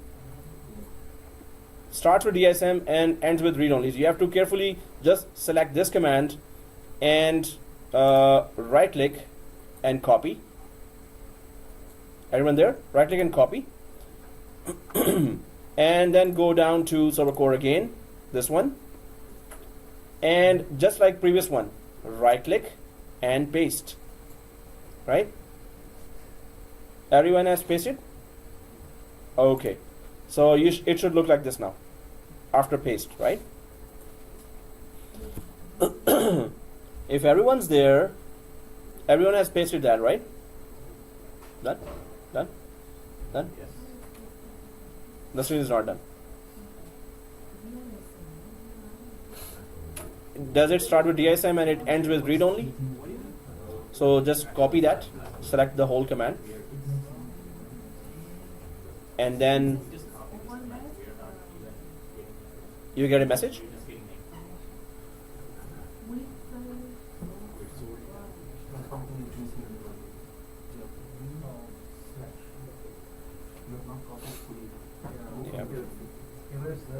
Yeah. So select carefully from the DSM till the read only.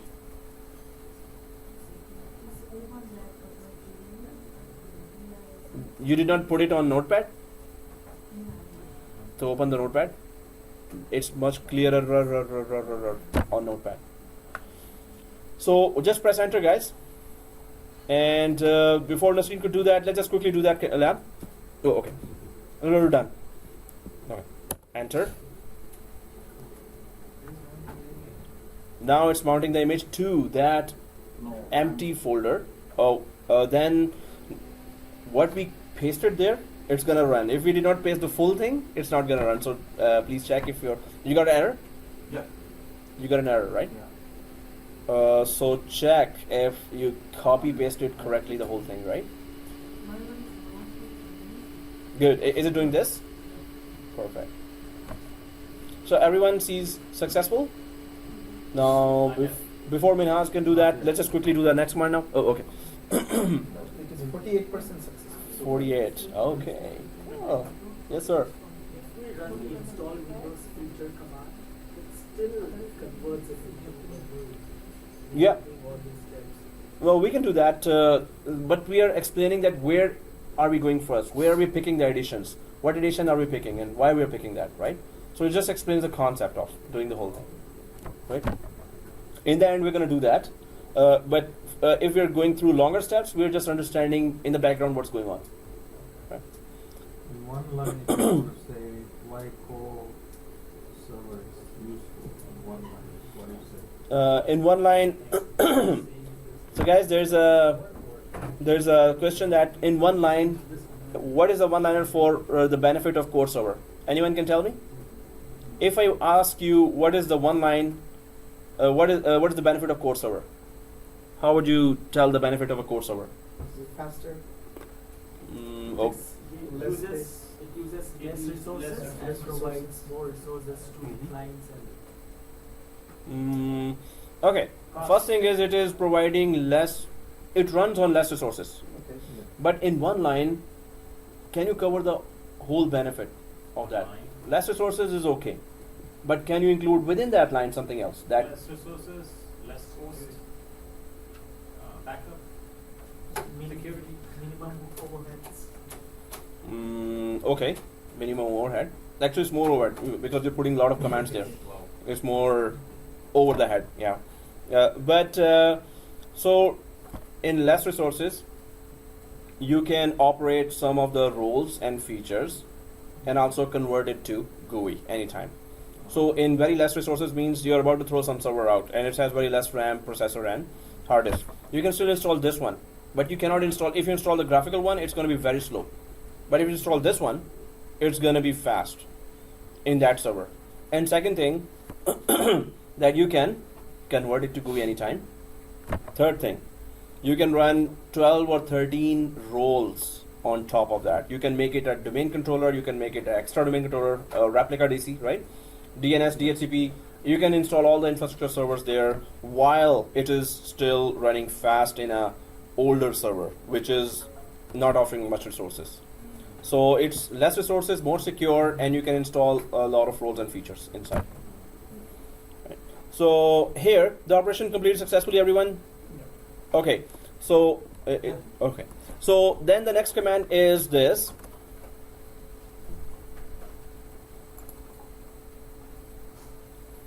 We type the word PowerShell. Just type the word PowerShell and press enter. So power, SHELL, right? So I'm just going to go there and type this PowerShell like this and press enter.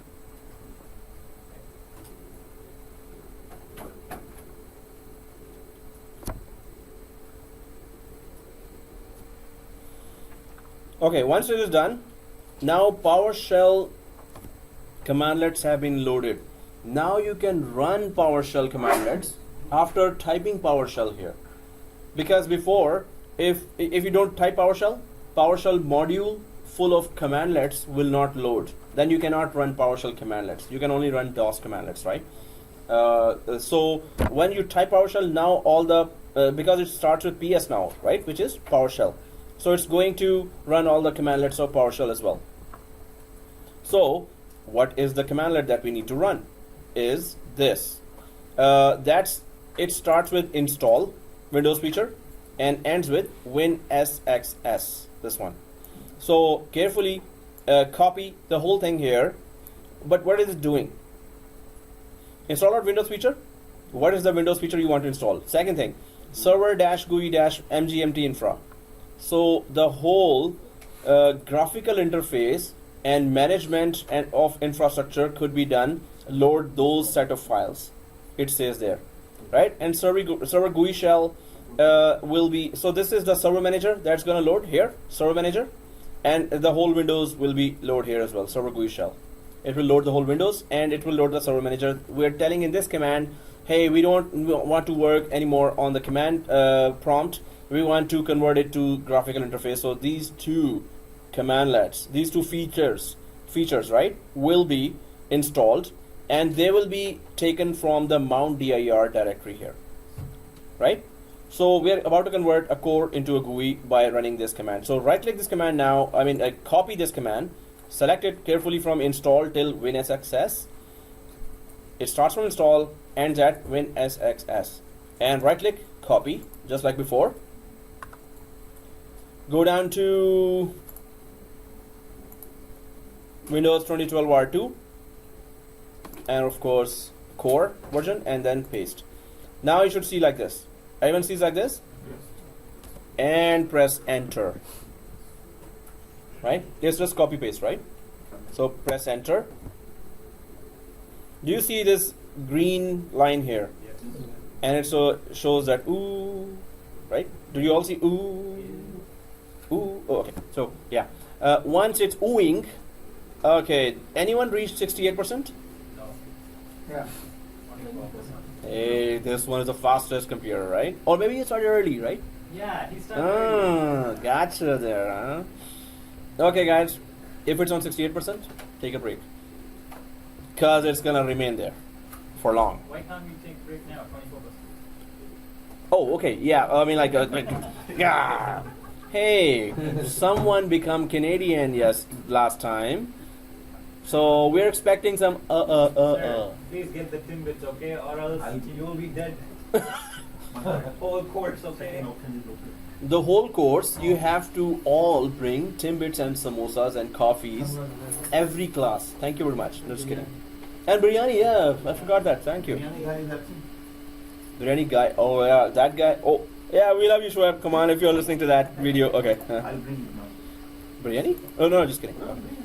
Resuming. So, Any on the we haven't finished, okay? So since we are getting all these things, you have to treat us with, you know what I mean? Like, Treat you is. have to favor your students. Oh yeah, sure. Especially this class. Yeah, this is a lot. That's already big. You know, Mr. Minhas has shown Help us in the Big- future. You have to with exams and everything. Suppose there was a test here, so Even you jobs. already have 100 out of 100, right? So if there was a test in the future, already it's those who bought, they Until already you have. get a job, you have to be with us. Okay, sure, I'm always there. Once we get a job, then yeah, we will treat you better by taking you to a big restaurant. Big restaurant, okay. That means I should really join gym. So, okay, guys. So there's that. Teacher? Sorry, you were saying that? Okay, sorry. Okay, guys. So here we have already installed the ServerCore, and now we get this warning, but it says you must restart the server to finish the installation. So how do we restart here, guys? Restart or Down dash R. /r/. So if you type the command shut down /r. So does it work? So shut down /r. Everyone has typed that? Those who are on the screen? I have already the screen press control. Oh, good. So you've already restarted, right? I've This not means. done by itself. Okay. Oh, so if I press enter after shutdown /r, it just restarts. Now it's about to restart. You're about to be signed out. This means it's going to be restarting now. My down prompt disappeared. Oh, disappear? Yeah. Like you don't see this? He is already logging in. Oh, okay. So those who are on login, then you have to just put the username, password, and log in from NetAdmin, and see if you are getting. So see this? I'm just restarting now. So 15%, 16%, it's loading those graphical files, right? Server code, right? So if yes, if you are already restarted, if it already has done, so the conversion would be successful. If you log in and you see the graphical interface, that's it. That's what we wanted, right? So those who are on login screen can go ahead and log in. For some, it did not restart. I'm not sure why it restarted. For some others, automatically. It's not supposed to restart automatically. And so I'm just restarting now. It's going to convert to graphical interface now. What is the command again? Shut down, right? Yeah, shutdown space / that's tilted towards the right side. Shut down restart. So, shutdown space / R. Only R. R means restart, yeah.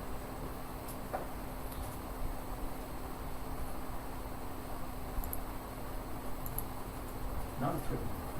Oh, okay. Yeah. Shutdown / R? Okay. Is that a post command? Yeah, what? Now it's so it. Oh, Before I okay. logged in and it gave me the same screen which you have. Oh, the shutdown, the command prompt screen. Okay. Oh yeah, maybe it's timed out, so that's why it just locked the screen.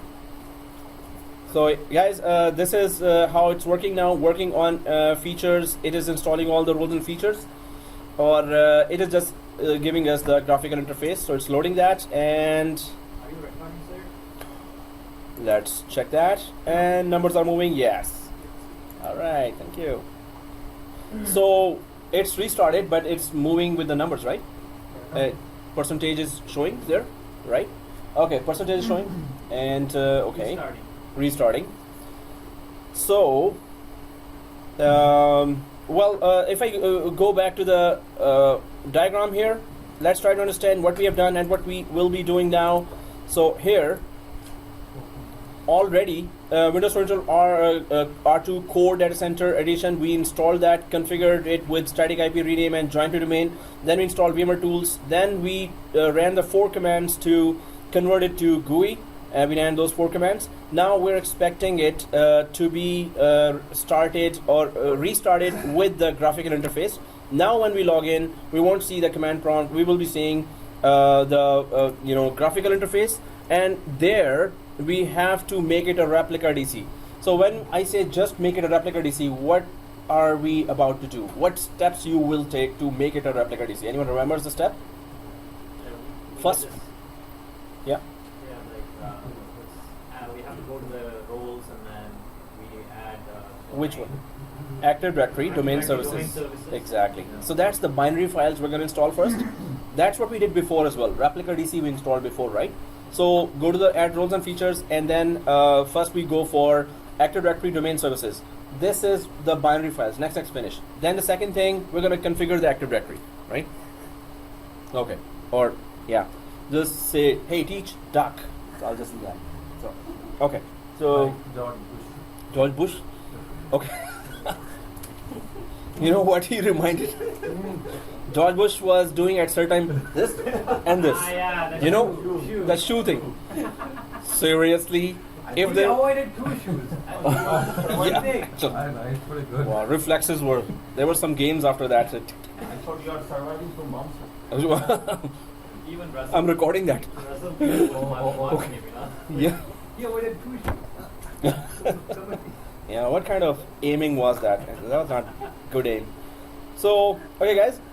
So here the replica DC. The steps for those are, of course, which we did before as well.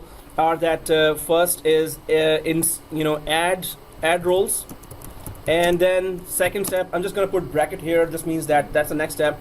ADDS, select that, and then next, and then after that we configure AD, Active Directory, and I'm of course going to quiz you again for those concepts there, and configure AD, and then we ultimately restart the server.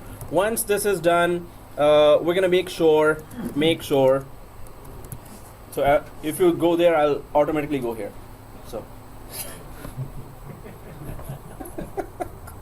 it's all automated. I'm programmed to do that. So Okay. Yeah, I just want to remove it from my back here. So yeah, I guess it's going up now. That's better. Okay. So okay, guys, here once and then make sure that we have a replica DC by the name of ServerCore 01. It should be now a replica DC. This means it's going to show up in the domain controllers container, right? Domain controllers container, it's going to show up. So that's what we are doing now. So that's a major step, and all others are also major steps. So, question. Yep. So without running those 4 commands to converting it to GUI, we cannot add ADDS, right? Well, we can. We can. And that's a good question. So once we convert back to core, then we're going to try to run the CoreFif that we downloaded, which is an advanced tool, and it gives you all kinds of options to do anything you want, but it's also click. It's a utility. So we can. It's an advanced utility, and yes, we can. So the only reason we are installing those 4 commands is just for getting the GUI. Yeah, exactly. That's it. That's all. So we wanted to learn. Yeah, we wanted to learn that what are those commands to convert from core to GUI. So, but then we added an extra test that why don't we just install some new roles and convert it back to core, and then test if those roles will run there as well when it's converted. And does the conversion change anything? So it will not change anything. So we install Active Directory, make it a replica DC, then we convert it back. Even if you keep on converting back and forth, DC will remain and keep on functioning as a DC. And DNS will do that. So AAA and name resolution will keep on working. So right now, make sure that we have a replica DC by the name of ServerCore 01. That's the main thing we will be doing once we convert back from core to GUI. Right now it's converting. So if we double check, are we all on this screen? No? Oh yes. Anyone no? We are all yes, right? So it is yes yet, right? Yes. Okay. So here, once we are on the screen, let's log in from netadmin. So now it has been converted successfully to GUI. So let's just click send control alt delete netadmin, and then we go for apply user settings.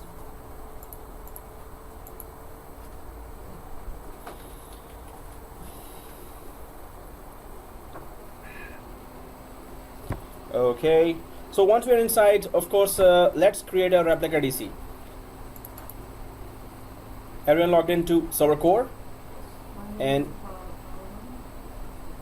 yeah, so you're logging in or you're restarting? I see a recycle bin already. Oh, second bin already? Okay, that's good. Like this one, right? Okay. So which screen are you, Mr.? Working on features, 35% complete. 35%, okay. I think you started late. Okay. We can go from core to GUI and GUI to core at the same motion. Whenever you want, yeah. And whatever is installed will not be affected. And where do people do it?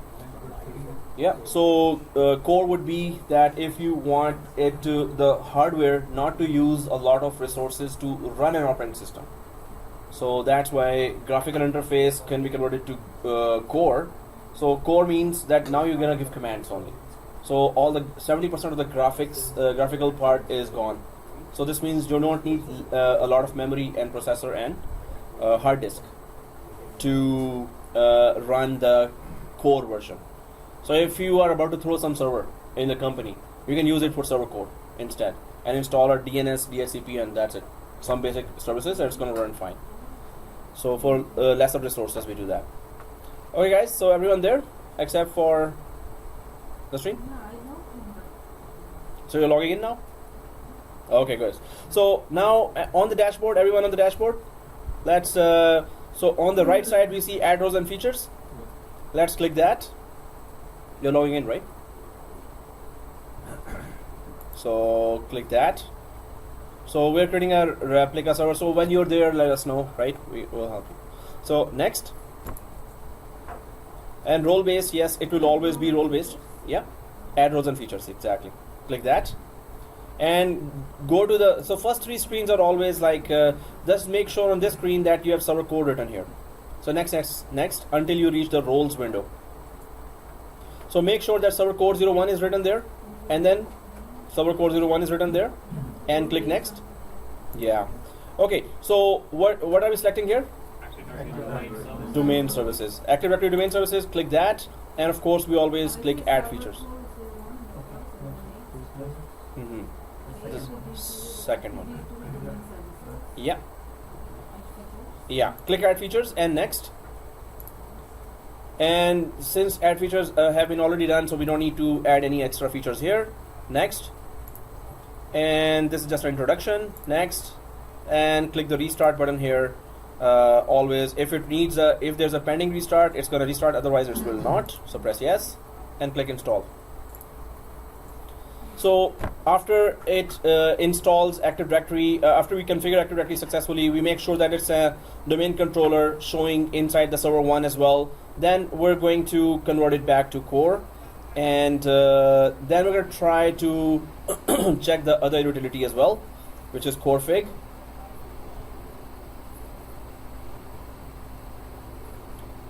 So there you go.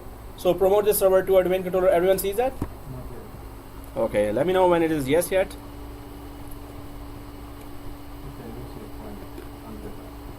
Can I have it? One box is still open? Oh yeah. Until we are waiting for that, we can just finish the rest of the donuts, right? Yes, you can. Up. Yes, I can. Oh man. This is the first ever class where, I'm about to regret that I'm asking for, hey, you need to bring timbits. You need to bring biryani. You need to bring donuts. Thanks to Rajkumar. Huh? Otherwise? Otherwise, they bring by themselves. Otherwise, whoever is doing some big mistake, he normally brings. Normally, that's the case. So we all enjoy as well, and the guy learns for the life that, yeah, I'm not going to do that mistake again. Right. But we all enjoy as well, right? So, okay. But yeah, that campaign is about to, I have to be very careful now. Ready for biryani next. Oh man. Oh, cool. Okay, so promote this server to a domain controller. Everyone sees that? Yeah. Okay, so click promote this server to a domain controller. And what option are we selecting here? First one. First one. Anyone? So, okay, and make sure you're logged in from netadmin here. Because we installed the replica DC before as well, add a domain controller to an existing domain, so let's just click next. And GC is used for forest-wide search, right? And it contains partial information of all the users. all the objects. All the objects, sorry. All the objects in the forest. So what is an object in Active Directory? Object. Users and computers. Yeah. Any entity that we create, independent entity. So this is users, computers, groups, OUs, exactly. Servers that we join. Everything is an object, right? So it contains all the partial information of all the objects in the forest. DNS name resolution, it resolves host names to IP address and IP address to host names. And RODC supports security of domain controller. The special thing about RODC is that it does not contain passwords locally. That's the one-liner for RODC. RODC does not contain passwords locally. But this is a 7411 topic, and we're going to spend one class on that. What do we say the partial when we have a full information? Yeah, that's schema. Schema role. Schema is full information. Okay, guys. So, do we all see Toronto site here? Because we changed the site name to inside Active Directory Sites and Services, right? And DSRM is for. What was DSRM for, guys? What is the purpose? It's like a restore. Same as F8 in the regular operating system. So DSRM is like a restored mode. And what do we do inside? Backup. we do not back up here. We don't go back on, but Restore. Restore point? Restore. It's kind of point, but it's not exactly that. Yeah, You don't do restoring?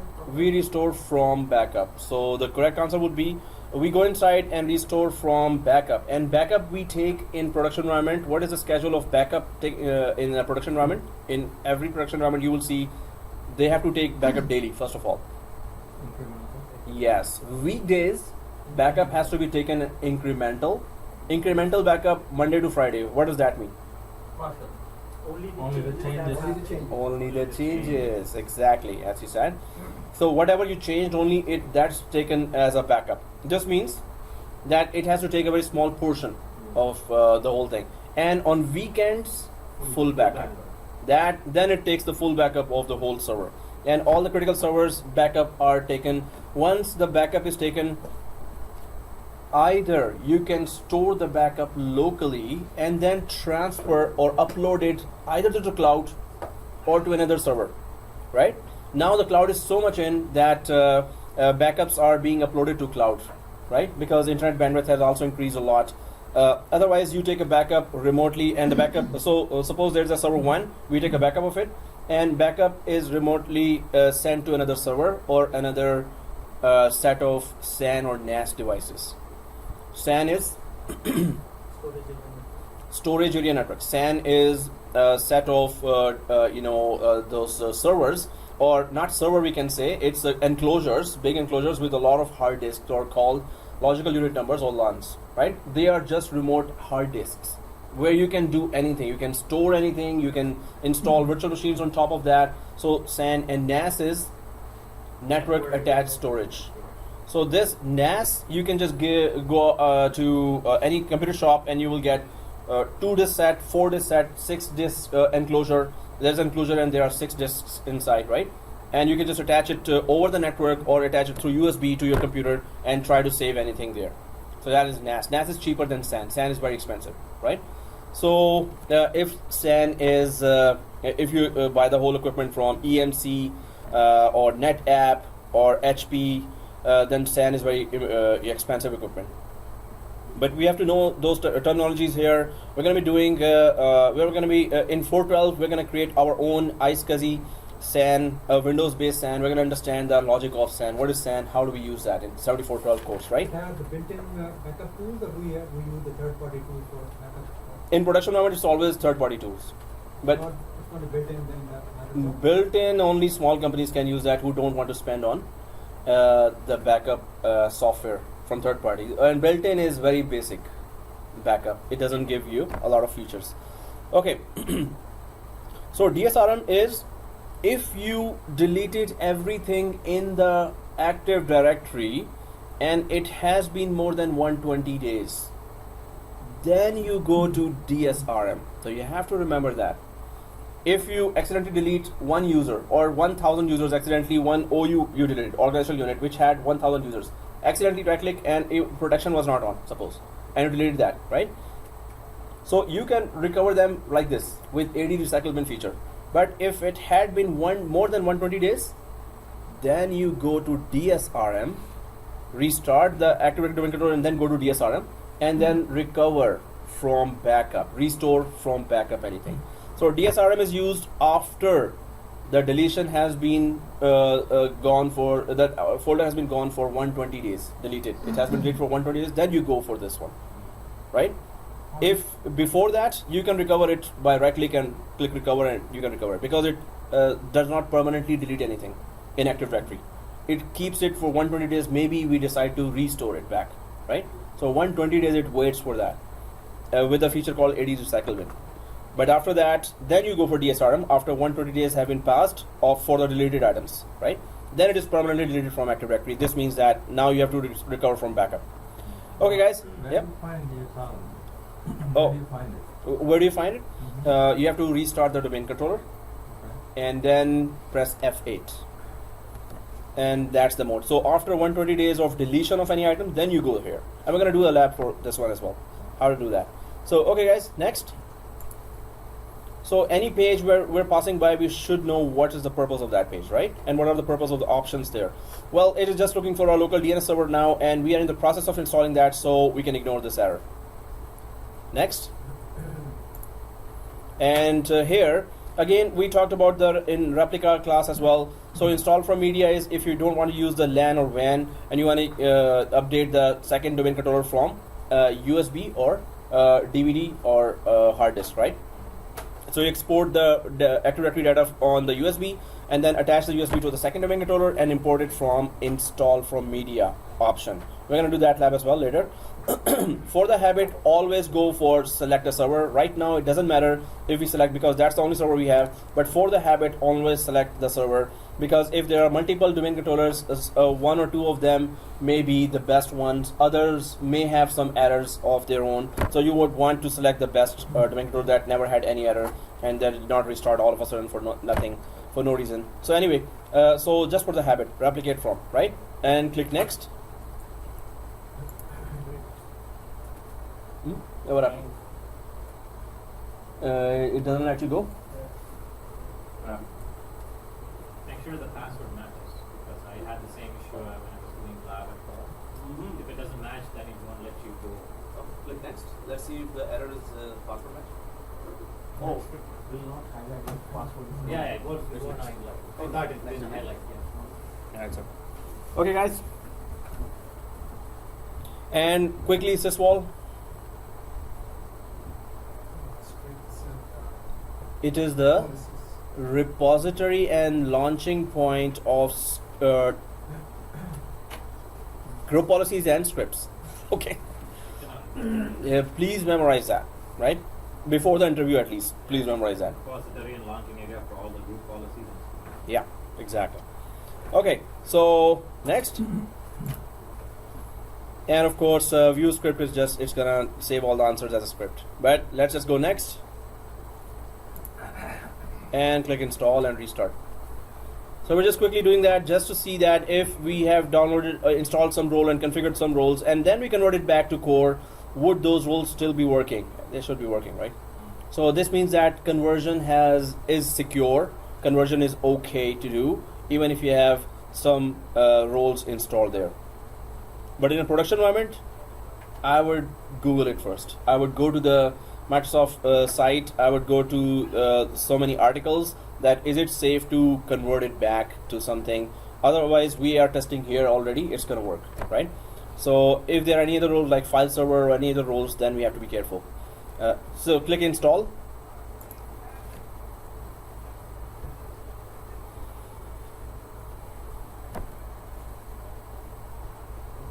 We didn't select any on the syswall, right? Nothing. Next, finish. Okay, so while we're installing this, so here, later, I hope everyone knows where we downloaded that. I hope we know where we downloaded that CoreFig.iso, right? Yes. So we're about to convert after it reinstalls. The server reinstalls, then we will convert it back to core and check if it is still a replica DC. Once that is done, the next major step is, once we are in the core, the next major step is this: check mount. Oops. Okay, enter, and mount CoreFig.iso to the DVD of ServerCore 01, ServerCore 01, and then launch it, and then launch it. So we're going to check what is CoreFig, what's the big deal here, and does it really support R2 related R2 server as well, because it supports the Windows 2012, but we need the R2 version to be, because all the exams questions cover R2, release 2 of Windows 2012, which has some more extra features and rules than the only Windows 2012. So mount CoreFig.iso to the DVD of ServerCore 01 and then launch it. So that's the next objective. So let's just check it out if we have our Windows 2012 restarted. This is now replica DC, and we need to have a proof by going to server 1 in Active Directory, users and computers in server 1, and then going to domain controllers just to check if the ServerCore 01 shows inside the domain controllers container or not. So let's just go to our, well, it's restarted for me. Is it restarted for everyone? Not yet? Okay. Let me know when it is yes yet. Yes. Okay. But So it shows on the domain controller on server 1. It's while it is restarting even, let's just go to server 1 and Active Directory using computer should be already open there. Is it open for everyone? On server 1. So if you check the domain controllers container now, do you see server 2? No, ServerCore 01. Yeah. Yes. We do. If we refresh. So click refresh and there you go. Domain controllers now have ServerCore 01, but does it still show in the inside the computer's container? No. Yes, it is. Yeah. Refresh. Yeah. It's gone.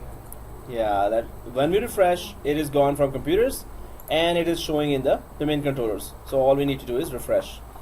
Okay, so it is updated as a ServerCore 01. It's gonna remain as replica DC. So we're going to convert it back to core now. So let's check if we are done with the creation of a replica DC. So if you are there, everyone there now? Kinda, maybe. Yes. One day, Monday or Sunday. I'm inside, yeah. All right. Okay, so netadmin for ServerCore 01. The password needs to be there. All right. So once we put the password there, now we're going to go for conversion. I had the 2 donuts, so that's why I'm talking like that now. You're recording? And obviously I'm recording that one as well. Oh, Sugar. it's a too much sugar. Yeah. So, oops, I'm recording that. Yikes. So, but thank you. We have a Canadian among us now. Okay. So, so actually, there's only one non-Canadian here. You. Yeah, me. Seriously? I haven't taken an oath yet. So, How long you been okay, here? 2 non-Canadians here. 6 years. Why? Okay, I'll try to stay then till 5 years here. No? Okay, what do you mean why? No, it's I'm too lazy to fill forms. That's why it took me late.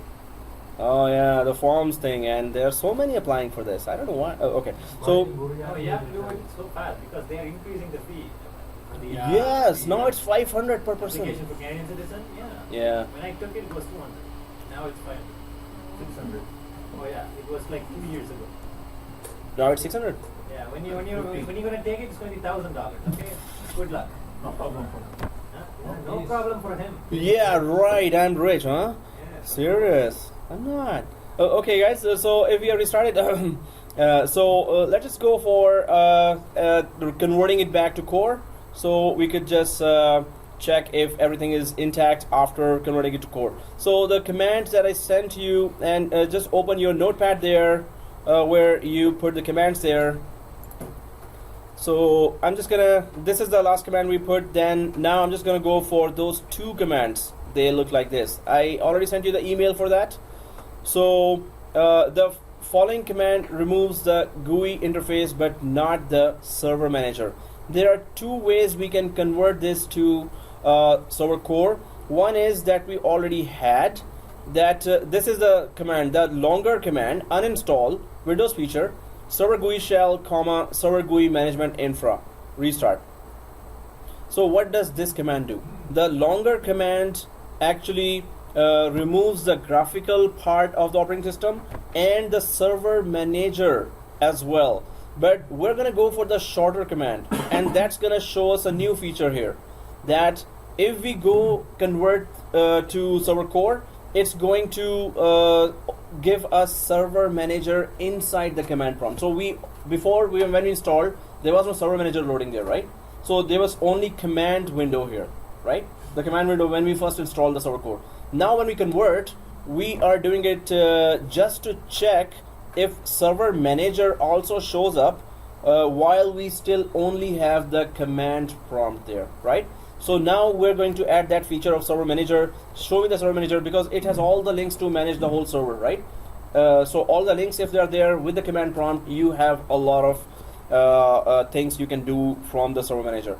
So now it's not only going to be core, there will be server manager window, which is this one.